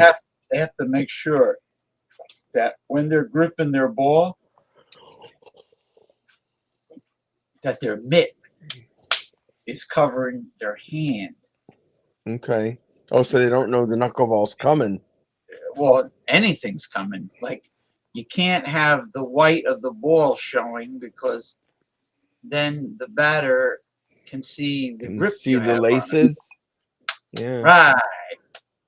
So you have to. Now, what a knuckleball does what it wants to do.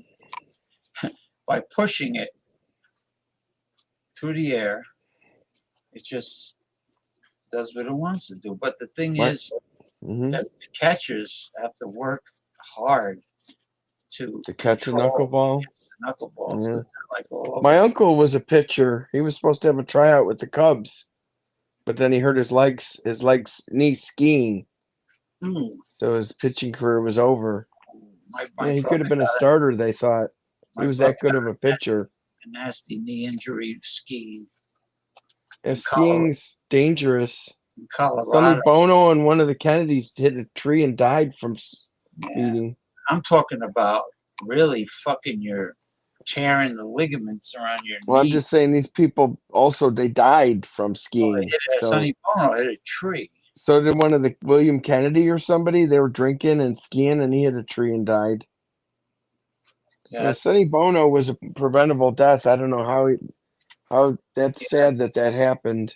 Yeah, you're not supposed to get stopped by a tree. The tree will always win.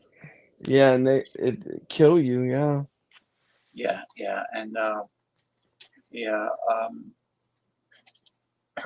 the daughter that became. Oh, you talking about Butch? Chaz? Yeah, she's ugly. They made an ugly child. Didn't she have another kid with Greg that's much better looking? I don't know if it was a boy or a girl. Yeah, there's an Allman she had two kids, one with Sonny and one with Greg Allman. Greg Allman's kid's much better looking than Sonny's. Sonny's kid is not a very attractive transsexual or whatever. Ugh. Chastity, yeah, you should have had some chastity instead of that kid. Chastity became Chaz. Yeah, Ew. chastity belt should have been worn instead of having Chaz. Chaz is not really very attractive. She probably takes after Sonny. You know, Cher had a nose job. She used to have a bad nose. See, that's the whole problem. Well, she's Cher is Lebanese, so Yeah. the Middle Eastern women have a schnozola. How did Sonny get her? He's like a foot shorter than her. How did he snag her? They got married. He was pretty short. Yeah. Yeah, and he had like a Bob Dylan kind of voice. He had a funny voice. He wasn't the talented one of the two, if that's what you're saying. Yeah. She was talented, and she got rid of him pretty quickly. Yeah, and Cher yodels when she sings. She's got a yodel. It's very annoying. Colts just missed a 57-yard field goal. That's a pretty long field goal. 57? Yeah, I don't blame the guy for missing. That's hard. 57. Yeah, I mean, give the guy a break. I don't know why you try 57. That's stupid. I wouldn't have done that. I guess they didn't want to punt the ball, but basically it's the same thing as a punt because now the ball's going to stay where they were kicked it from. If you miss the field goal, the opposition has the ball anyway. I mean, they're going to have it, though, at the 57-yard line, and that's good field position. Unless it's support. No, maybe it's, well, I don't know. Anyway, so tomorrow's a big football day. Yeah. When did the playoffs officially start? I think next weekend, if I had to guess. Yeah. Wild card and stuff. When a team has a bye, that means they don't have to play that week, right? Yeah, the top teams usually, the Ravens and I think the Niners have buys for sure. Other than that, I don't know. Yeah, they get a break. They get a rest. Yes, they do.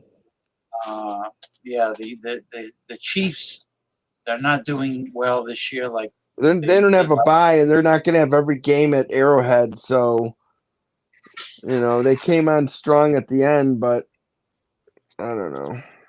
How are the Bengals? They're in bad shape. Joe Burrow's injured. They might not be in the playoffs. Now, the team that I have a fondness for, the Bills, how are they doing? They're going to be in a game the Fish, the Dolphins, and if they win, they're in. If they don't, the Dolphins win the division, and they're in. So the Bills have to win tomorrow. Yeah, it's a big game, and the Dolphins have a lot of injuries. At least 5, I think, starters are injured. I'm gonna definitely watch that game. When do you think it'll start? Afternoon or? It could be at noon or at 3:30. You'd have to Google it. Oh, that early? No. Yeah, it could be.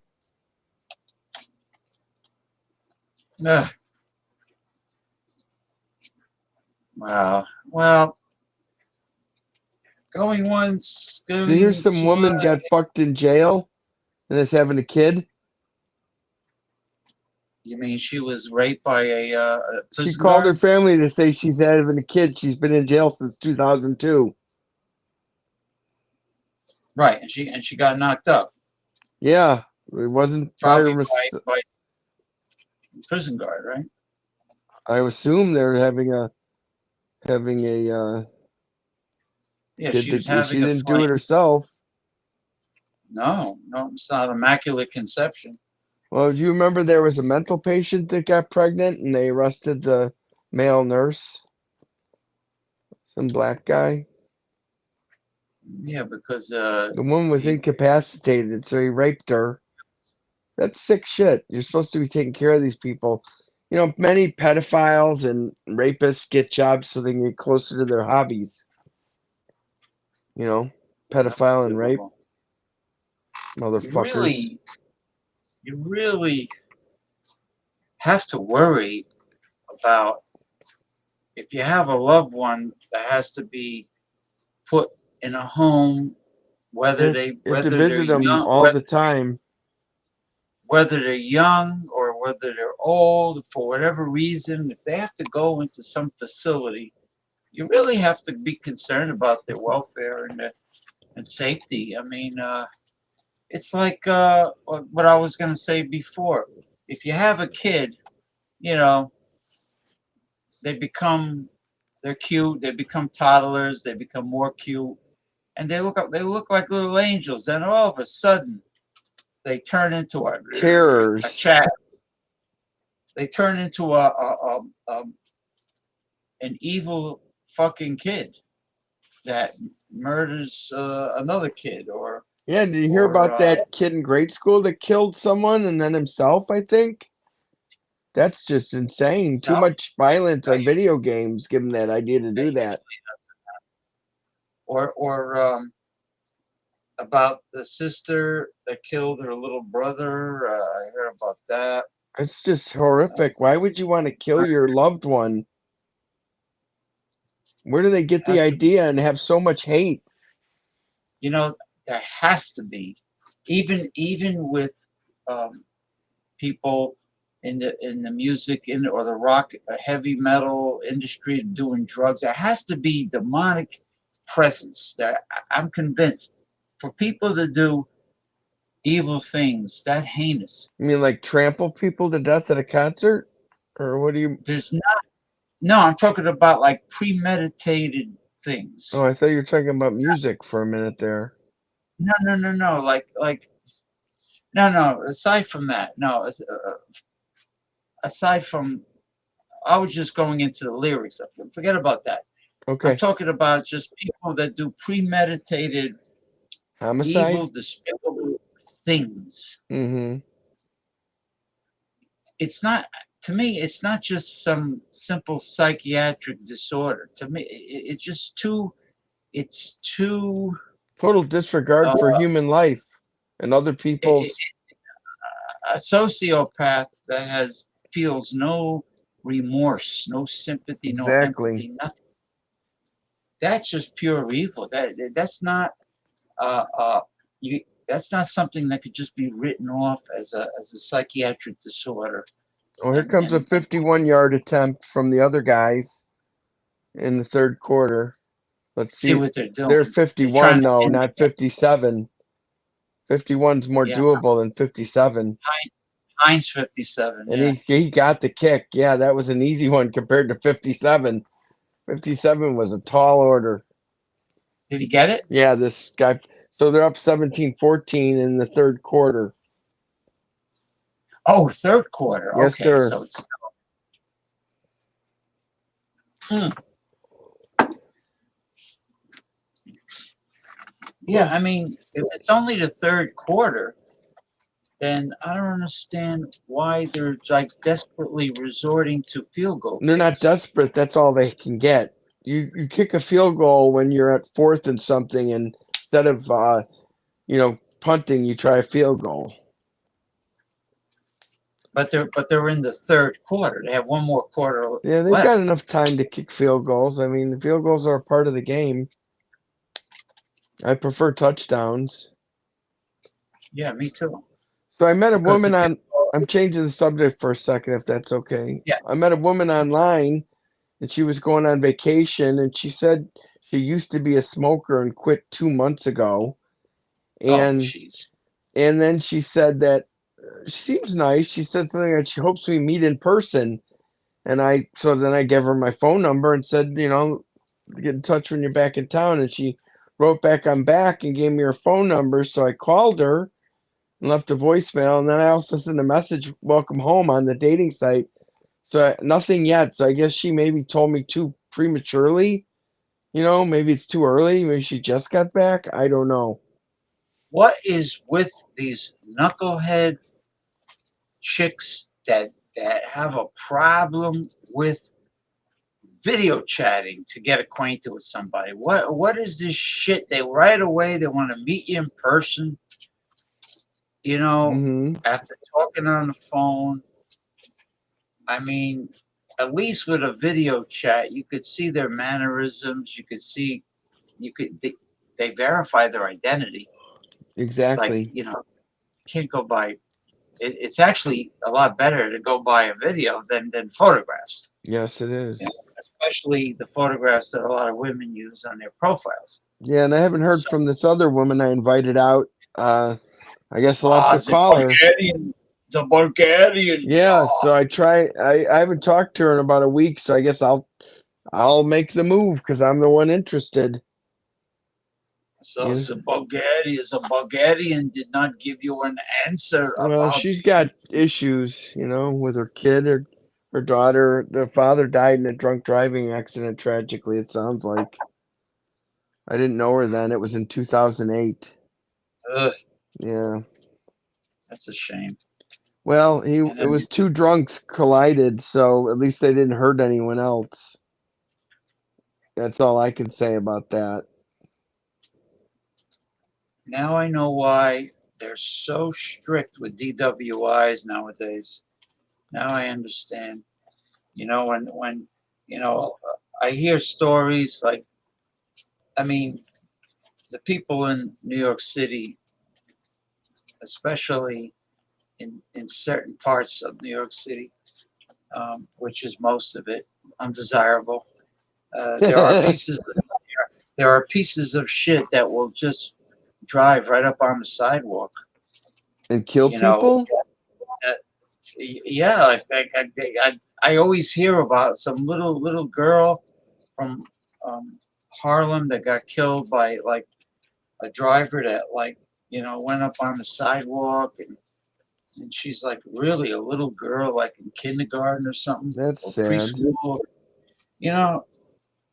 When you hear about people losing their kids and their loved ones, innocent people, by a piece of shit that has no sense of responsibility Or disregard for other people's lives, human lives. Yeah, realizing that driving is a privilege, it's not a right,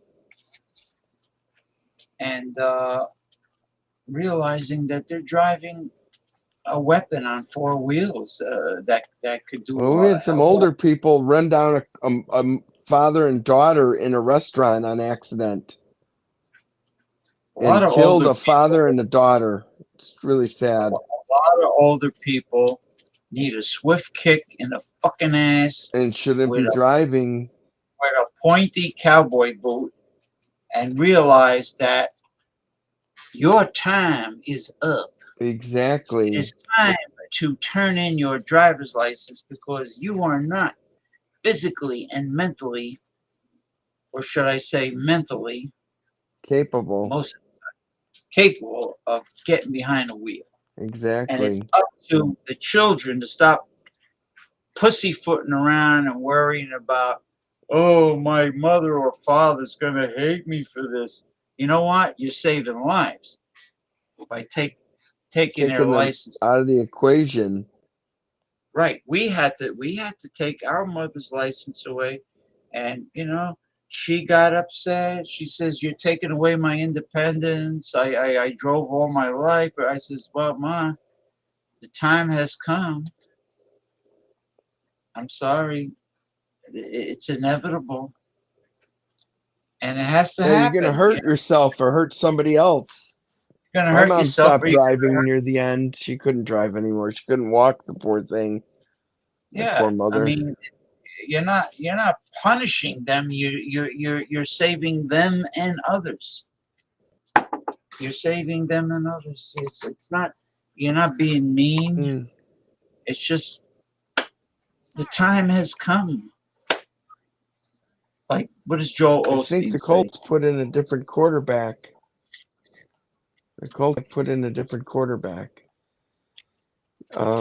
Yeah, your time's up. It's up.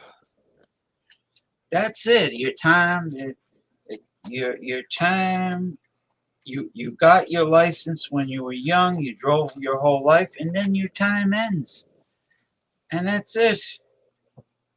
They horse-collared Jonathan Taylor a few times, and the refs never called it. The running back for the Colts, it's so good. Yeah. Yeah, they horse collared him. It was bullshit non-call. What does horse collar mean? When you grab them by their collar instead of tackle them, oh, you well could that's wrench their neck. That's been illegal for years. Horse collar. isn't that the same as like mask pulling? No, Isn't that no. isn't Mask that is the front. The things in the back. They're opposites, but they're oh, both does fouls. Yes. they're foul? There's That's face what I'm masking, and then there's also horse collaring. There's two different things. Chop blocks are illegal now. Many things that they used to do all the time in the NFL are illegal. Now, are you allowed to tackle? Put your shoulder between their pelvic area. Are you tackle low? No. Pelvic? No. You got to No, you're not allowed to go for their groin or anything. Tackle low. Who used to tackle low? There was a famous defensive guy who was not really big. Doug Plank on the Bears used to do this thing called spearing, where you launch yourself into a player. It's illegal now. It was pretty dangerous. Spearing. You're a small You mean guy. with the You helmet? catapult yourself head first into a player's back or something. People didn't want to go across the middle. Doug Oh, Buffon you and Doug Plank taught him that. you make your body a projectile. Is that Yes, what I you're think trying? it was safeties. I think they were, and they'd launch themselves and they'd fucking fuck people up, and people would not want to go across the middle after that hit. And no body slams like Dick Butkus used to do, Oh, right? Butkus was a. Did you see that highlight when he died where he takes the running back and the running back's up in the air and he slams him down to the ground? You know what I'm talking about? It's No, I just never saw that. amazing. I don't know. It's amazing. Oh, they're face Now, did they masking do? Taylor. They face masked him too just now and didn't call it. Wow, the refs are really bad on this. They got him by the face mask. He's twisting his. He just lets go then. What in the fuck are they doing on this? These refs suck. Who Face was that guy? mask, horse collar. Who was that guy in Green Bay? Ray Nitschke, Yeah, defensive. he was a killer. They all used to use these dirty tactics back then. There was a guy named Night Train Lane, and he used to have a cast on his arm, and he'd use it as a weapon. He'd pretend his arm was broke, and he'd get a cast put on, and That his arm is broken. yeah. Would he try to clothesline people? Hold on, did they call something? Hold on. Okay. Did they finally call fucking? Oh man, they didn't call. I'm sorry, but when you horse collar and face mask, I don't care who you are. You need to be called on it. It's total bullshit. They didn't make these calls. Did the coach present a complaint? You to can't them? do anything about those calls. Those aren't challengeable. Well, not if you go to the videotape. Well, these refs are supposed to be the best for these kind of games near the end of the season towards playoffs, and these guys are blowing calls left and right. Incompetency. Yeah, big time. How is your earbuds? Are they pairing? Yeah, everything's effectively? good tonight except for when I closed out myself accidentally. Sorry about that. That was on me. I have the Bluetooth earbuds, and they've been pairing good now. Now my sister bought new earbuds, and she says they pair perfectly with her phone, Good. but they pair occasionally with the TV. She saw her earbuds come up on the screen. On Interesting. Mine don't come up on my screen, and mine's a new TV. Really? 'Cause Yeah. I can't find. I only find like on my TV. I find the sound bar, speakers, any additional speakers. I don't see anything about like Bluetooth devices. That should come up now, unless I have my TV paired with my phone. Maybe I can do it through my phone, because in order to get the apps, I was trying to see if some of the apps these guys were going to say anything about the refs, but they're not. The not running saying back where. went into the locker room. That's not good. Their main running back, Jonathan Taylor for the Colts. That's pretty bad if he's out. He's the guy that got Horse-collared and face masked. That guy, that poor fucker. Yeah, he's a hell of a runner. They won their challenge. They did get a first down, though. They had a challenge to get it. No, I'm not talking to you, Siri or Alexa, whoever you are. They wrenched the poor guy's neck, and then he's got to go to Yeah, it's not good. orthopedic. So they did not. Yeah, they did not put a new quarterback in. They put a new running back in, and he just got half a yard. Half a yard. Who's calling this offense? Half a yard. Get the flock out of here. That's why it's so important to exercise your neck in that sport. So you were saying Western Mike puts on his webcam for his own shows, but won't come on here with it? Yeah, because his planetarium. He's got this thing that projects stars and constellations and planets. And it's what? I said, so what? I enjoy looking at stars. So doesn't he have it on when he does his own show, this planetarium? He has everything. He does everything when he has his own show. I wonder why he's coming on without a camera. That's kind of unusual. Remember I was saying it was like the unknown comic? He does it every time. Yeah, it's But not, when he used to come show, on. I don't know.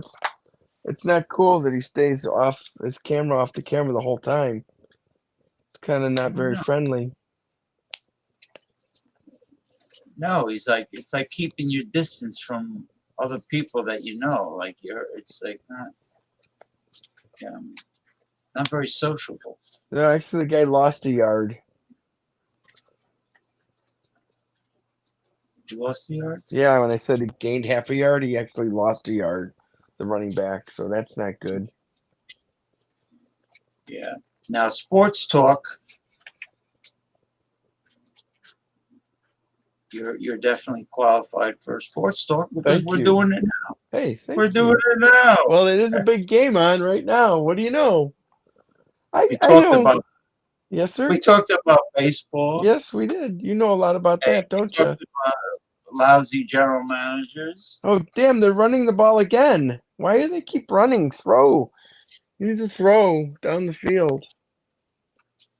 Now, let me ask you a question. Is Wrigley Field a lot older than the old Comiskey Park was? Because Comiskey Park was torn down a while ago. So, what? How are you trying to compare the two?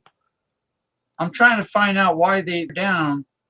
Historic monument. Comiskey was needed to be torn down, and Wrigley's never going to be torn down. Well, because Wrigley is unique. Wrigley's very special park. It's a historic landmark. Yes, like Fenway. Yes, it is. Like Fenway. Yeah. But Comiskey was like just a dilapidated old stadium that. No, it's not. Wrigley's been taken care of. Now. It's not. Oh, no, not now. Not the new Comiskey. The original. No, I'm talking about Wrigley. You're talking about Wrigley's the one you want to talk about. It's the one with the ivy, the neat one, and the historic one where bands play, and it's been around. And the most important, the brickwork. Yeah, it's a great place. Wrigley Field's great. And the ivies, the English ivy. Friendly confines, as they call it. But the ball gets missing. The ball goes missing in the the Colts just tied the game with a field goal. So they're going mano y mano here. Score for score. Oh. Is Wrigley close to Lake Michigan, or is it more inland? It's close. Yeah, it's closer. It's closer towards the lake. It's not right by the lake or anything, but it's closer. Much closer. East. It's east. Oh, it's east of it. Well, Chicago is kind of east. It's in the eastern tip of Lake Michigan. It's like, it faces. I think it faces west. Actually, the city. What? Yeah, the sun rises in the east, though. Always, sun rises in the east and heads out west to California. Right. Sun doesn't. Yeah. So, as far as us being facing west, we're facing east. Is that what you're saying? Well, if you look at the map of Lake Michigan at the end where Chicago is, Chicago looks like it's on the side of the tip of Lake Michigan. Like Michigan is like a finger. It's a finger. So on the side of the finger it looks like the city is on like the east tip. The east I know tip. Lake Michigan is one of the largest of the Great Lakes. Yes, it is. It It's is. not the largest though. Isn't it the largest? Superior. Lake Huron is big too. But I don't Michigan's know. bigger than Lake Huron. I know that. But they said like all the Great Lakes could fit inside the Lake Superior, I believe, didn't they? If you took Lake Lake Superior is in Ontario, Canada, isn't it? like half and half, I guess. Well, Minnesota, Duluth, Minnesota is on Lake Superior. And then Yeah, you it's have like shared with Canada and Minnesota, right? Lake Superior. Ontario. Yeah, Ontario, Canada. Yeah. Owns the northern half. Duluth, Minnesota is on the What are the Great Lakes? Michigan, Huron, Superior, Ontario, and Erie. So there's five. Isn't it five Great Lakes? Yeah, like the smallest being the smallest and the most eastward would be Ontario. And Okay. Toronto and Rochester, New York are on Ontario. And then Erie has Buffalo, New York, Erie, Pennsylvania, Cleveland, Ohio, Okay. and Detroit is like in between Erie and Huron. I think Huron. Yeah. Because Detroit in French means straits, straight. Excuse me. So Detroit is. It might technically be part of Erie, though. I got to take a look at the What's the lake that was in Cleveland? lake at Erie.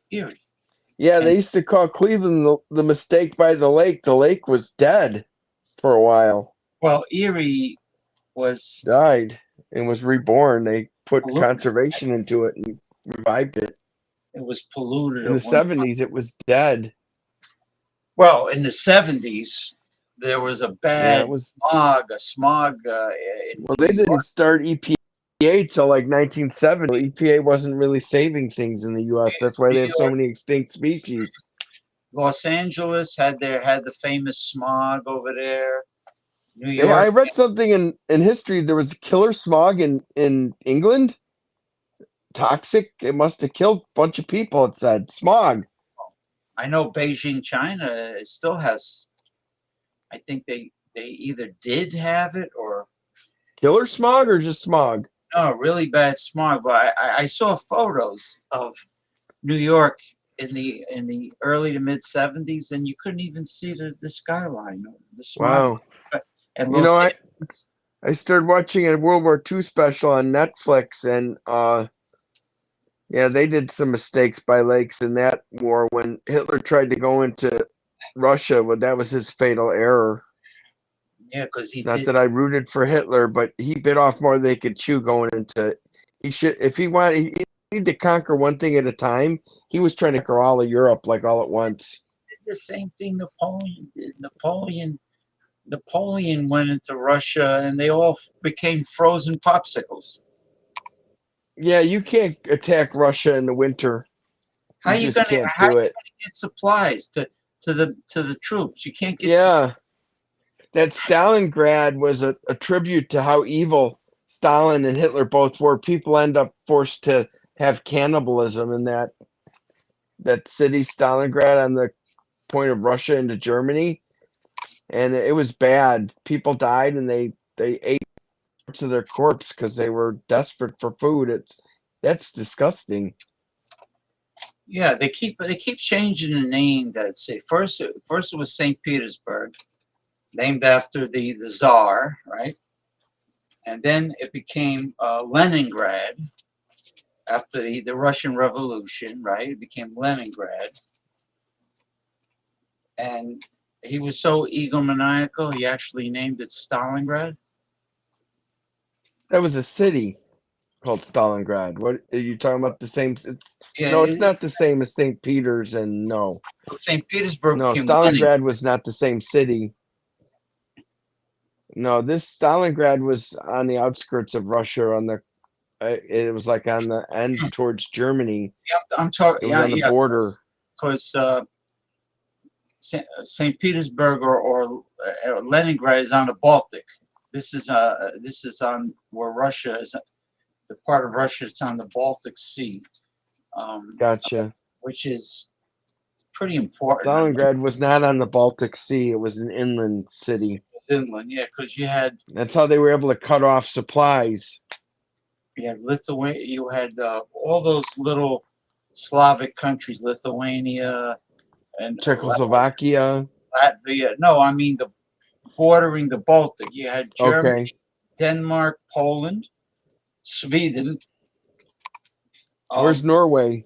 Norway borders on a little piece of it, a little bit of it on the south is on the Baltic, and but most of it is facing the North Atlantic on the facing west in the North Atlantic. But they all have access to the Baltic, Denmark, Copenhagen. Okay. They're all these countries are on the Baltic, but the Baltic, they all fish there. It's loaded with seafood. It's not polluted from what I understand. Wow, that's amazing. But those people are smart people. I mean, they, Northern Europeans are not dummkopfs. They take care of their environment. That's good to hear. Yeah, yeah. And they got friggin' lobsters. They got halibuts, 300-pound halibuts that they catch. They get, great seafood. They got the same crabs, pretty much, that that Alaska has, except they have them. Alaska doesn't know what happened to the snow crabs. Yeah, it's what they overfished it is what happened. They got greedy and they fucking overfished it. Yes, they All did. these fucking restaurants have all the snow crab commercials and stuff like that. But anyway, Texas so just had a bailout pass that got them a first down when they were going to be sacked. Unbelievable. really, jeez. Yeah. Are you having problems with my video at all? Because yours is breaking up for me a little bit. Video No. and audio just a little bit. No. What I see with my eyes is crystal clear. Me and you stuck in the Yeah, middle. you're better. You're okay now, but for a little bit you've been off and on, a little frozen. No, I'm not. Not a lot. I haven't pixelated since I started going live stream on this desktop. Yeah, this is probably, I have to declare, our best live stream ever, even though I accidentally hung up on us that one time. I mean, the clearest, the least problems. I wonder what this, there's a flag for something. Yeah. I mean, you're in the, I realize Holding, I think. the man cave is Yes, where sir. you watch football, and the man cave is the man cave. But I think you like the man cave a lot, so I love the man cave. I live for it. What do you mean? All right, now this is my idea. Yeah? Is it possible to move the router and everything in the desktop into the man cave? No, I have my work up there. I can't do it. They're connected to my router and stuff. It has to be upstairs where I have room to work. So I can't do that. Oh, well, it's where you work because of where the connection is for the internet? With the company computer. Yeah, the Okay. Bluetooth and everything. It's all upstairs, and I have a desk it's on. I Gotcha. have to work at a desk in the basement. Yeah. But reception of TV down here with Bluetooth is perfect. I stream all the time. Perfectly. Yeah, and the Wi-Fi would be upstairs. Yeah, it is. Router. Yeah. So who knows? Maybe it's time. Maybe you need a new iPhone. Who the hell knows? I'm trying to avoid buying a new phone for a while. They're expensive. I want to put the cost off for a bit. Yeah, I hear they are pricey. Over $1,000, aren't they? Yeah, I wouldn't be surprised. Yeah, and then the minute you need a new one, they always want you to get new ones I see all the these time. I see these chicks like young, uh, whether they're in their 20s or whether they're in their late teens. They got these big ass fucking phones. They got these big ass smartphones, big, Wow, like definitely bigger than mine. gotcha. But they have a purse. Yeah, I'm not gonna carry around a man purse. I've seen guys do it. I don't like it. It looks kind Yeah, of gay. even have this fucking doohickey that you attach to your belt. Where a I've man, had that, and mine broke. Oh, damn! The Texans are about to get a touchdown soon.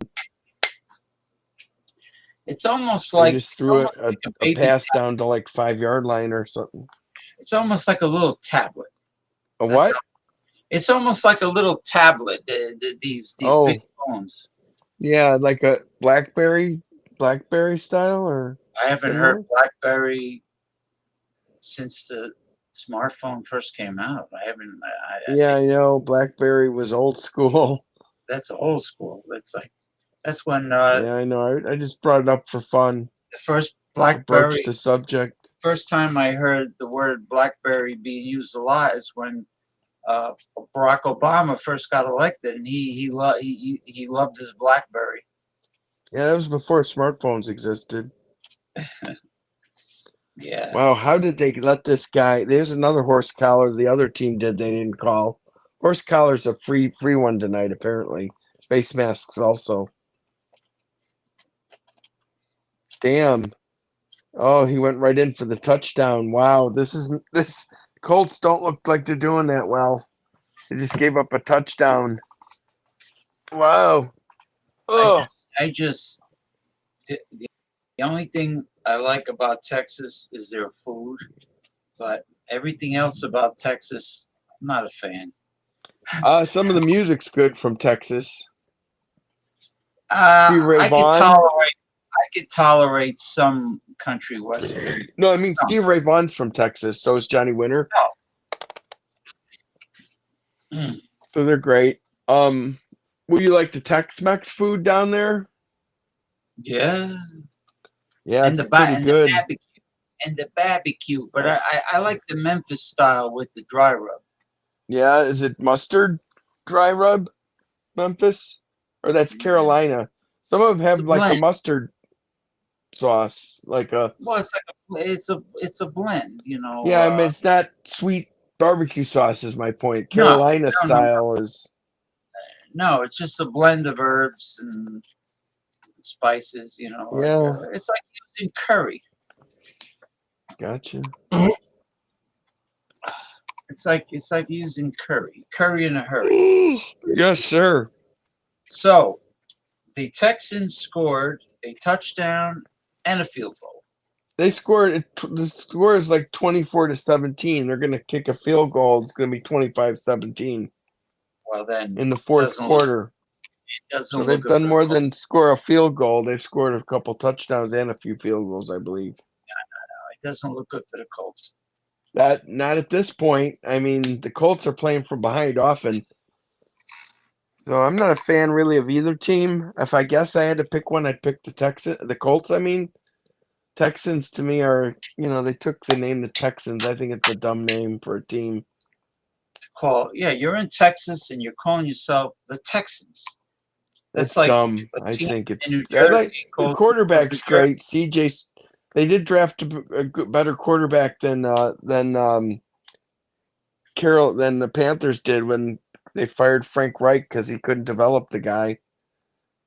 When the Bears traded their first round pick. They should actually they should have created an NFL team using the college football name and call it the Texas Longhorns. Because that's what Oh, sorry, I'm yawning so much. It's okay. That's what the bull is called. It's a breed called the Texas Longhorns. So why just let the college have it? The team out of Houston should use that because it will be great on the side of their helmet for a logo. Yeah, Texans is Texas. stupid. But they let the Oilers move to Tennessee. Come Near the Titans. Memphis, the Titans. They changed their name. They were the Oilers. I think they should have kept the name the Oilers and made them vacate the name. But I know in some cases they did, some they didn't. I didn't understand it. They should call it the Memphis Dry Rubs. No, wait. Yeah, it's funny because some places that are known for barbecue actually aren't very good. Have you ever noticed that?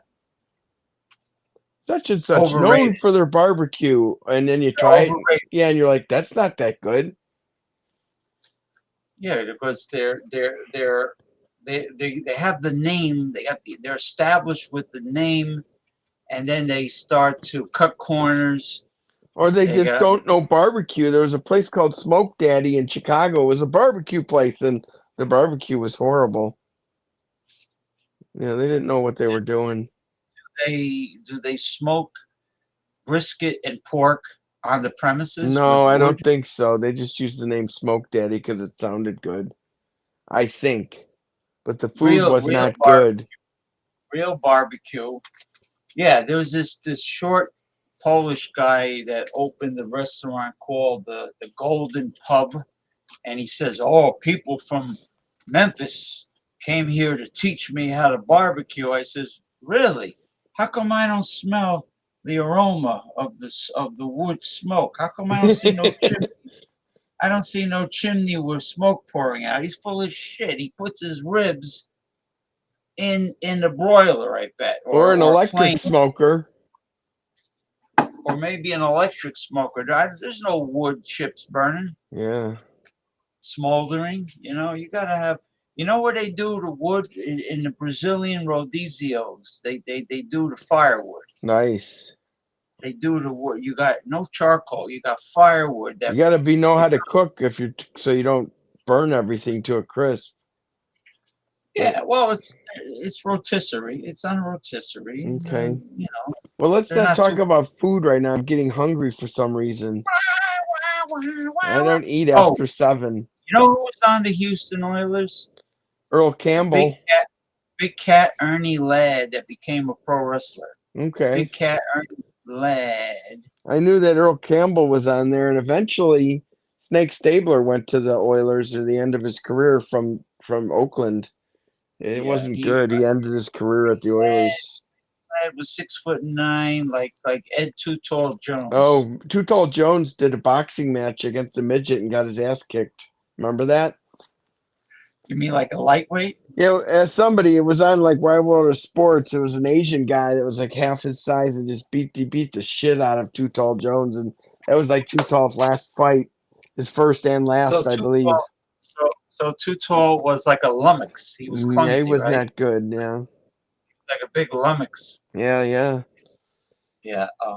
It was him, and Ernie Ladd was Oilers, and well, they all have their legends, legendary team. Hey, when did you want to sign off?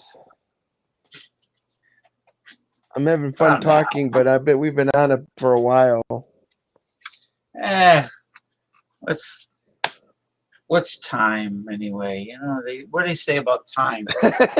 Okay, that's not an answer. The quantum What is physics. time?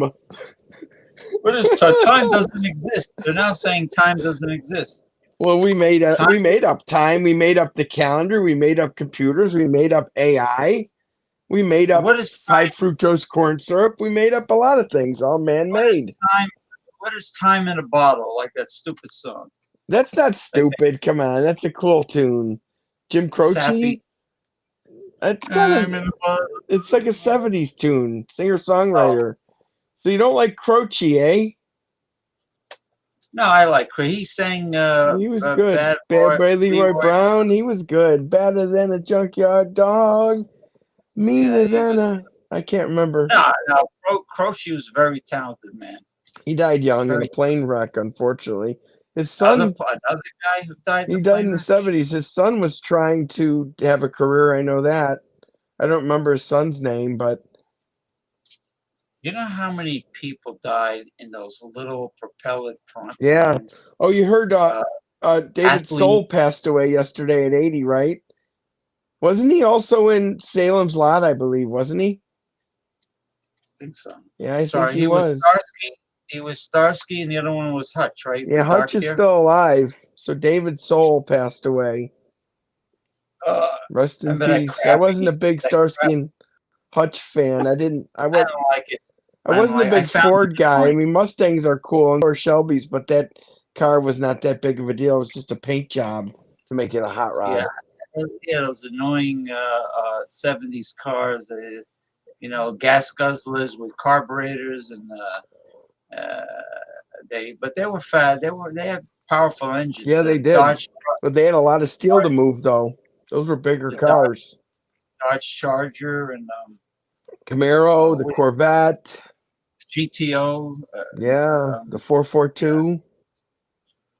Camaro Z. It was the Z28. Yeah, GM shut down Oldsmobile and Pontiac when they regrouped. Really? Yeah, and they Well, kept Chevrolet was a big seller they for kept General Motors. they kept Chevrolet, they kept Cadillac, they kept GMC and Buick. I don't know. I always thought Pontiac and Oldsmobile were cool. Yeah, Oldsmobile Cutlass, the Pontiac Grand Prix. Yeah, Buick. GTO was really cool. Buick Regal. My mother had a Buick Regal, and The it Buick GSX was cool. rode beautifully. What a smooth car, Buick Regal. And then they started making cars, cheaper versions of a Cadillac Eldorado, like the Buick Riviera. It was a front-wheel drive and very heavy. My brother had a Eldorado custom Biarritz. It had you talk about a back seat with tiny windows where you can get laid with no problem. That was the Eldorado custom Biarritz.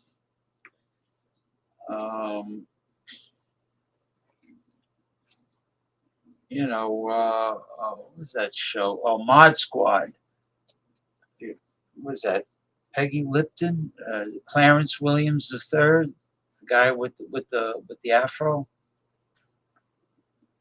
Oh, he went bye-bye. I'm here. Hold on, I'm doing something. The Mod Squad. Oh. Yeah, Beretta was annoying, but he ended up in prison, right? No, he didn't. He never went to prison? Robert Blake? No? Never. I didn't know that. I thought he went to prison for murder. No, he didn't. Oh, but he was a big time suspect, right? He lost, I think, a civil suit. Oh. I mean, the woman he married was a sociopath. I'm not saying she deserved to die or anything, but she wanted to get with any celebrity she could. So she had his kid and was trying to hold it over him and some other weird shit I heard. Not that he was justified to be killed, but I'm just telling you what I heard. Oh. Well, okay. So he's probably quite old.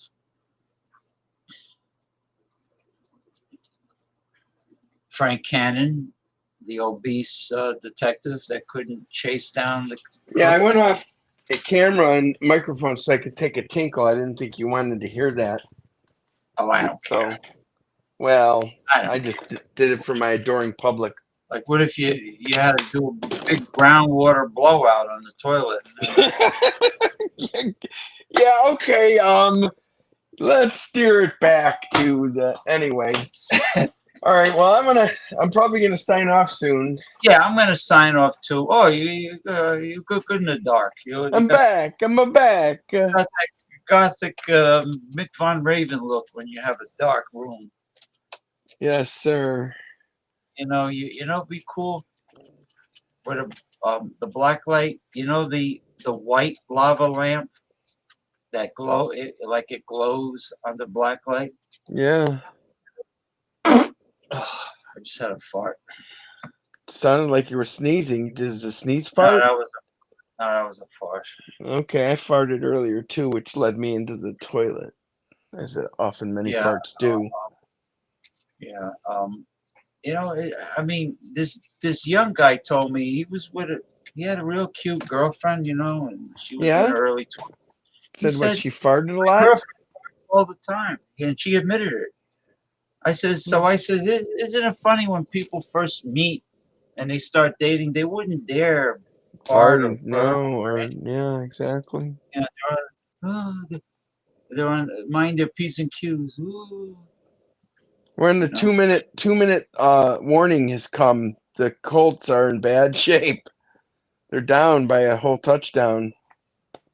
They missed a field goal earlier, so all right, I'm gonna catch the end of this game. Yes, and I am going to take my vitamins and All have right, a brother. snack. A All right, snack. good talking with you. They had a good rap. It was very good. And It you was know all what? over the place. That was fun. The phone, Yeah, no issues. No issues tonight. very nice, very nice. No audio issues and no video issues, Yes, sir. which is a good sign. All right. Okay, Cheers. I'll talk to you soon. Signing Bye-bye. off. Bye bye. Okay, people, I'm closing out progressive discussions. Thank you for stopping by. Hey, look who's here. One and only Daryl Messias from Northern California. Thank you, Daryl. Thank you very much.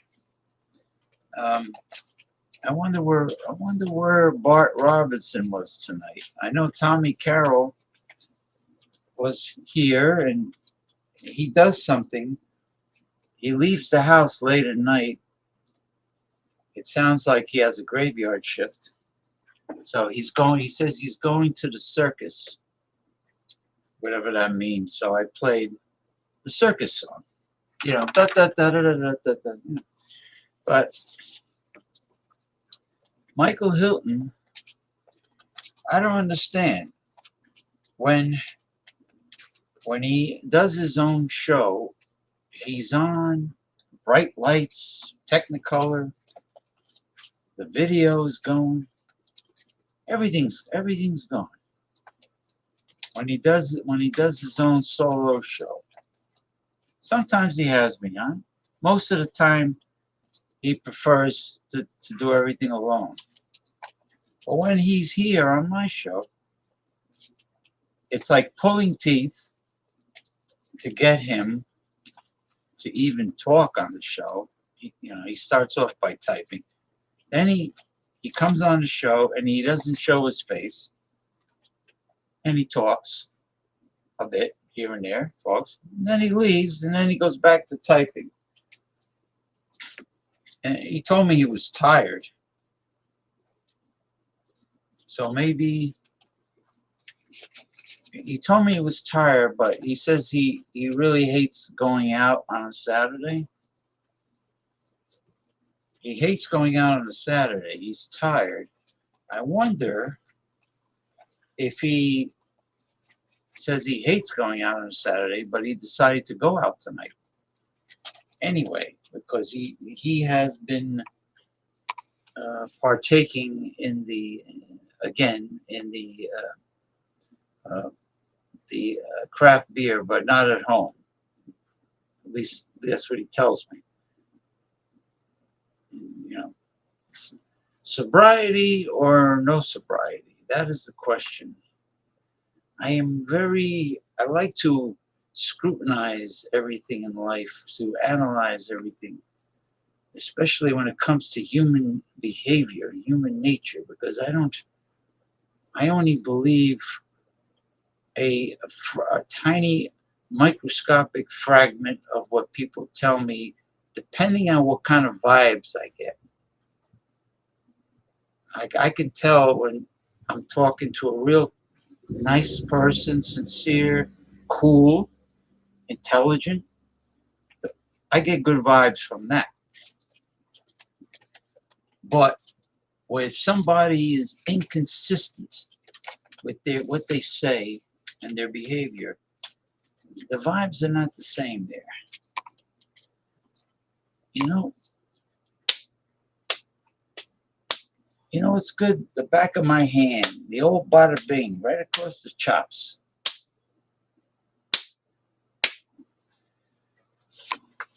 With certain individuals. Oh, anyway, I am going to close the show, and what better person to communicate with when I close the show than Daryl Messias. Happy New Year. This is the first show of 2024. Progressive Discussions.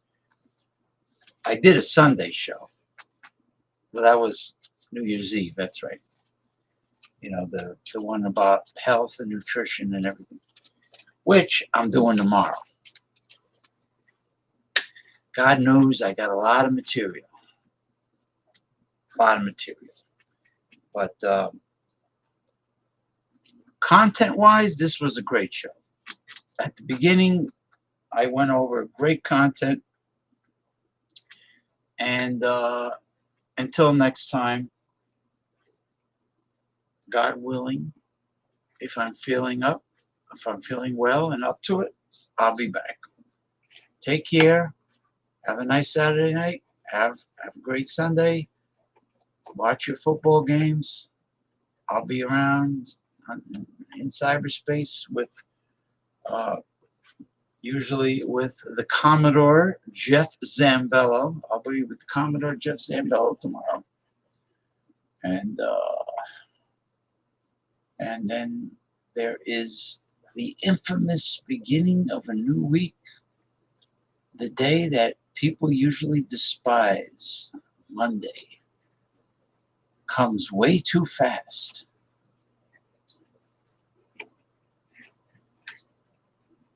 Oh, yeah, that's right. I was wondering, where did I send that? Did I send that on Instagram or Facebook Messenger?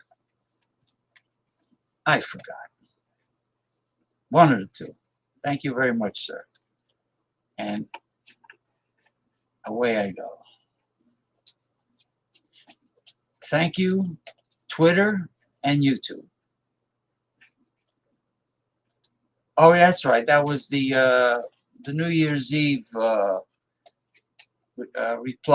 greeting and reply, I believe. The New Year's communication. Thank you very much for that.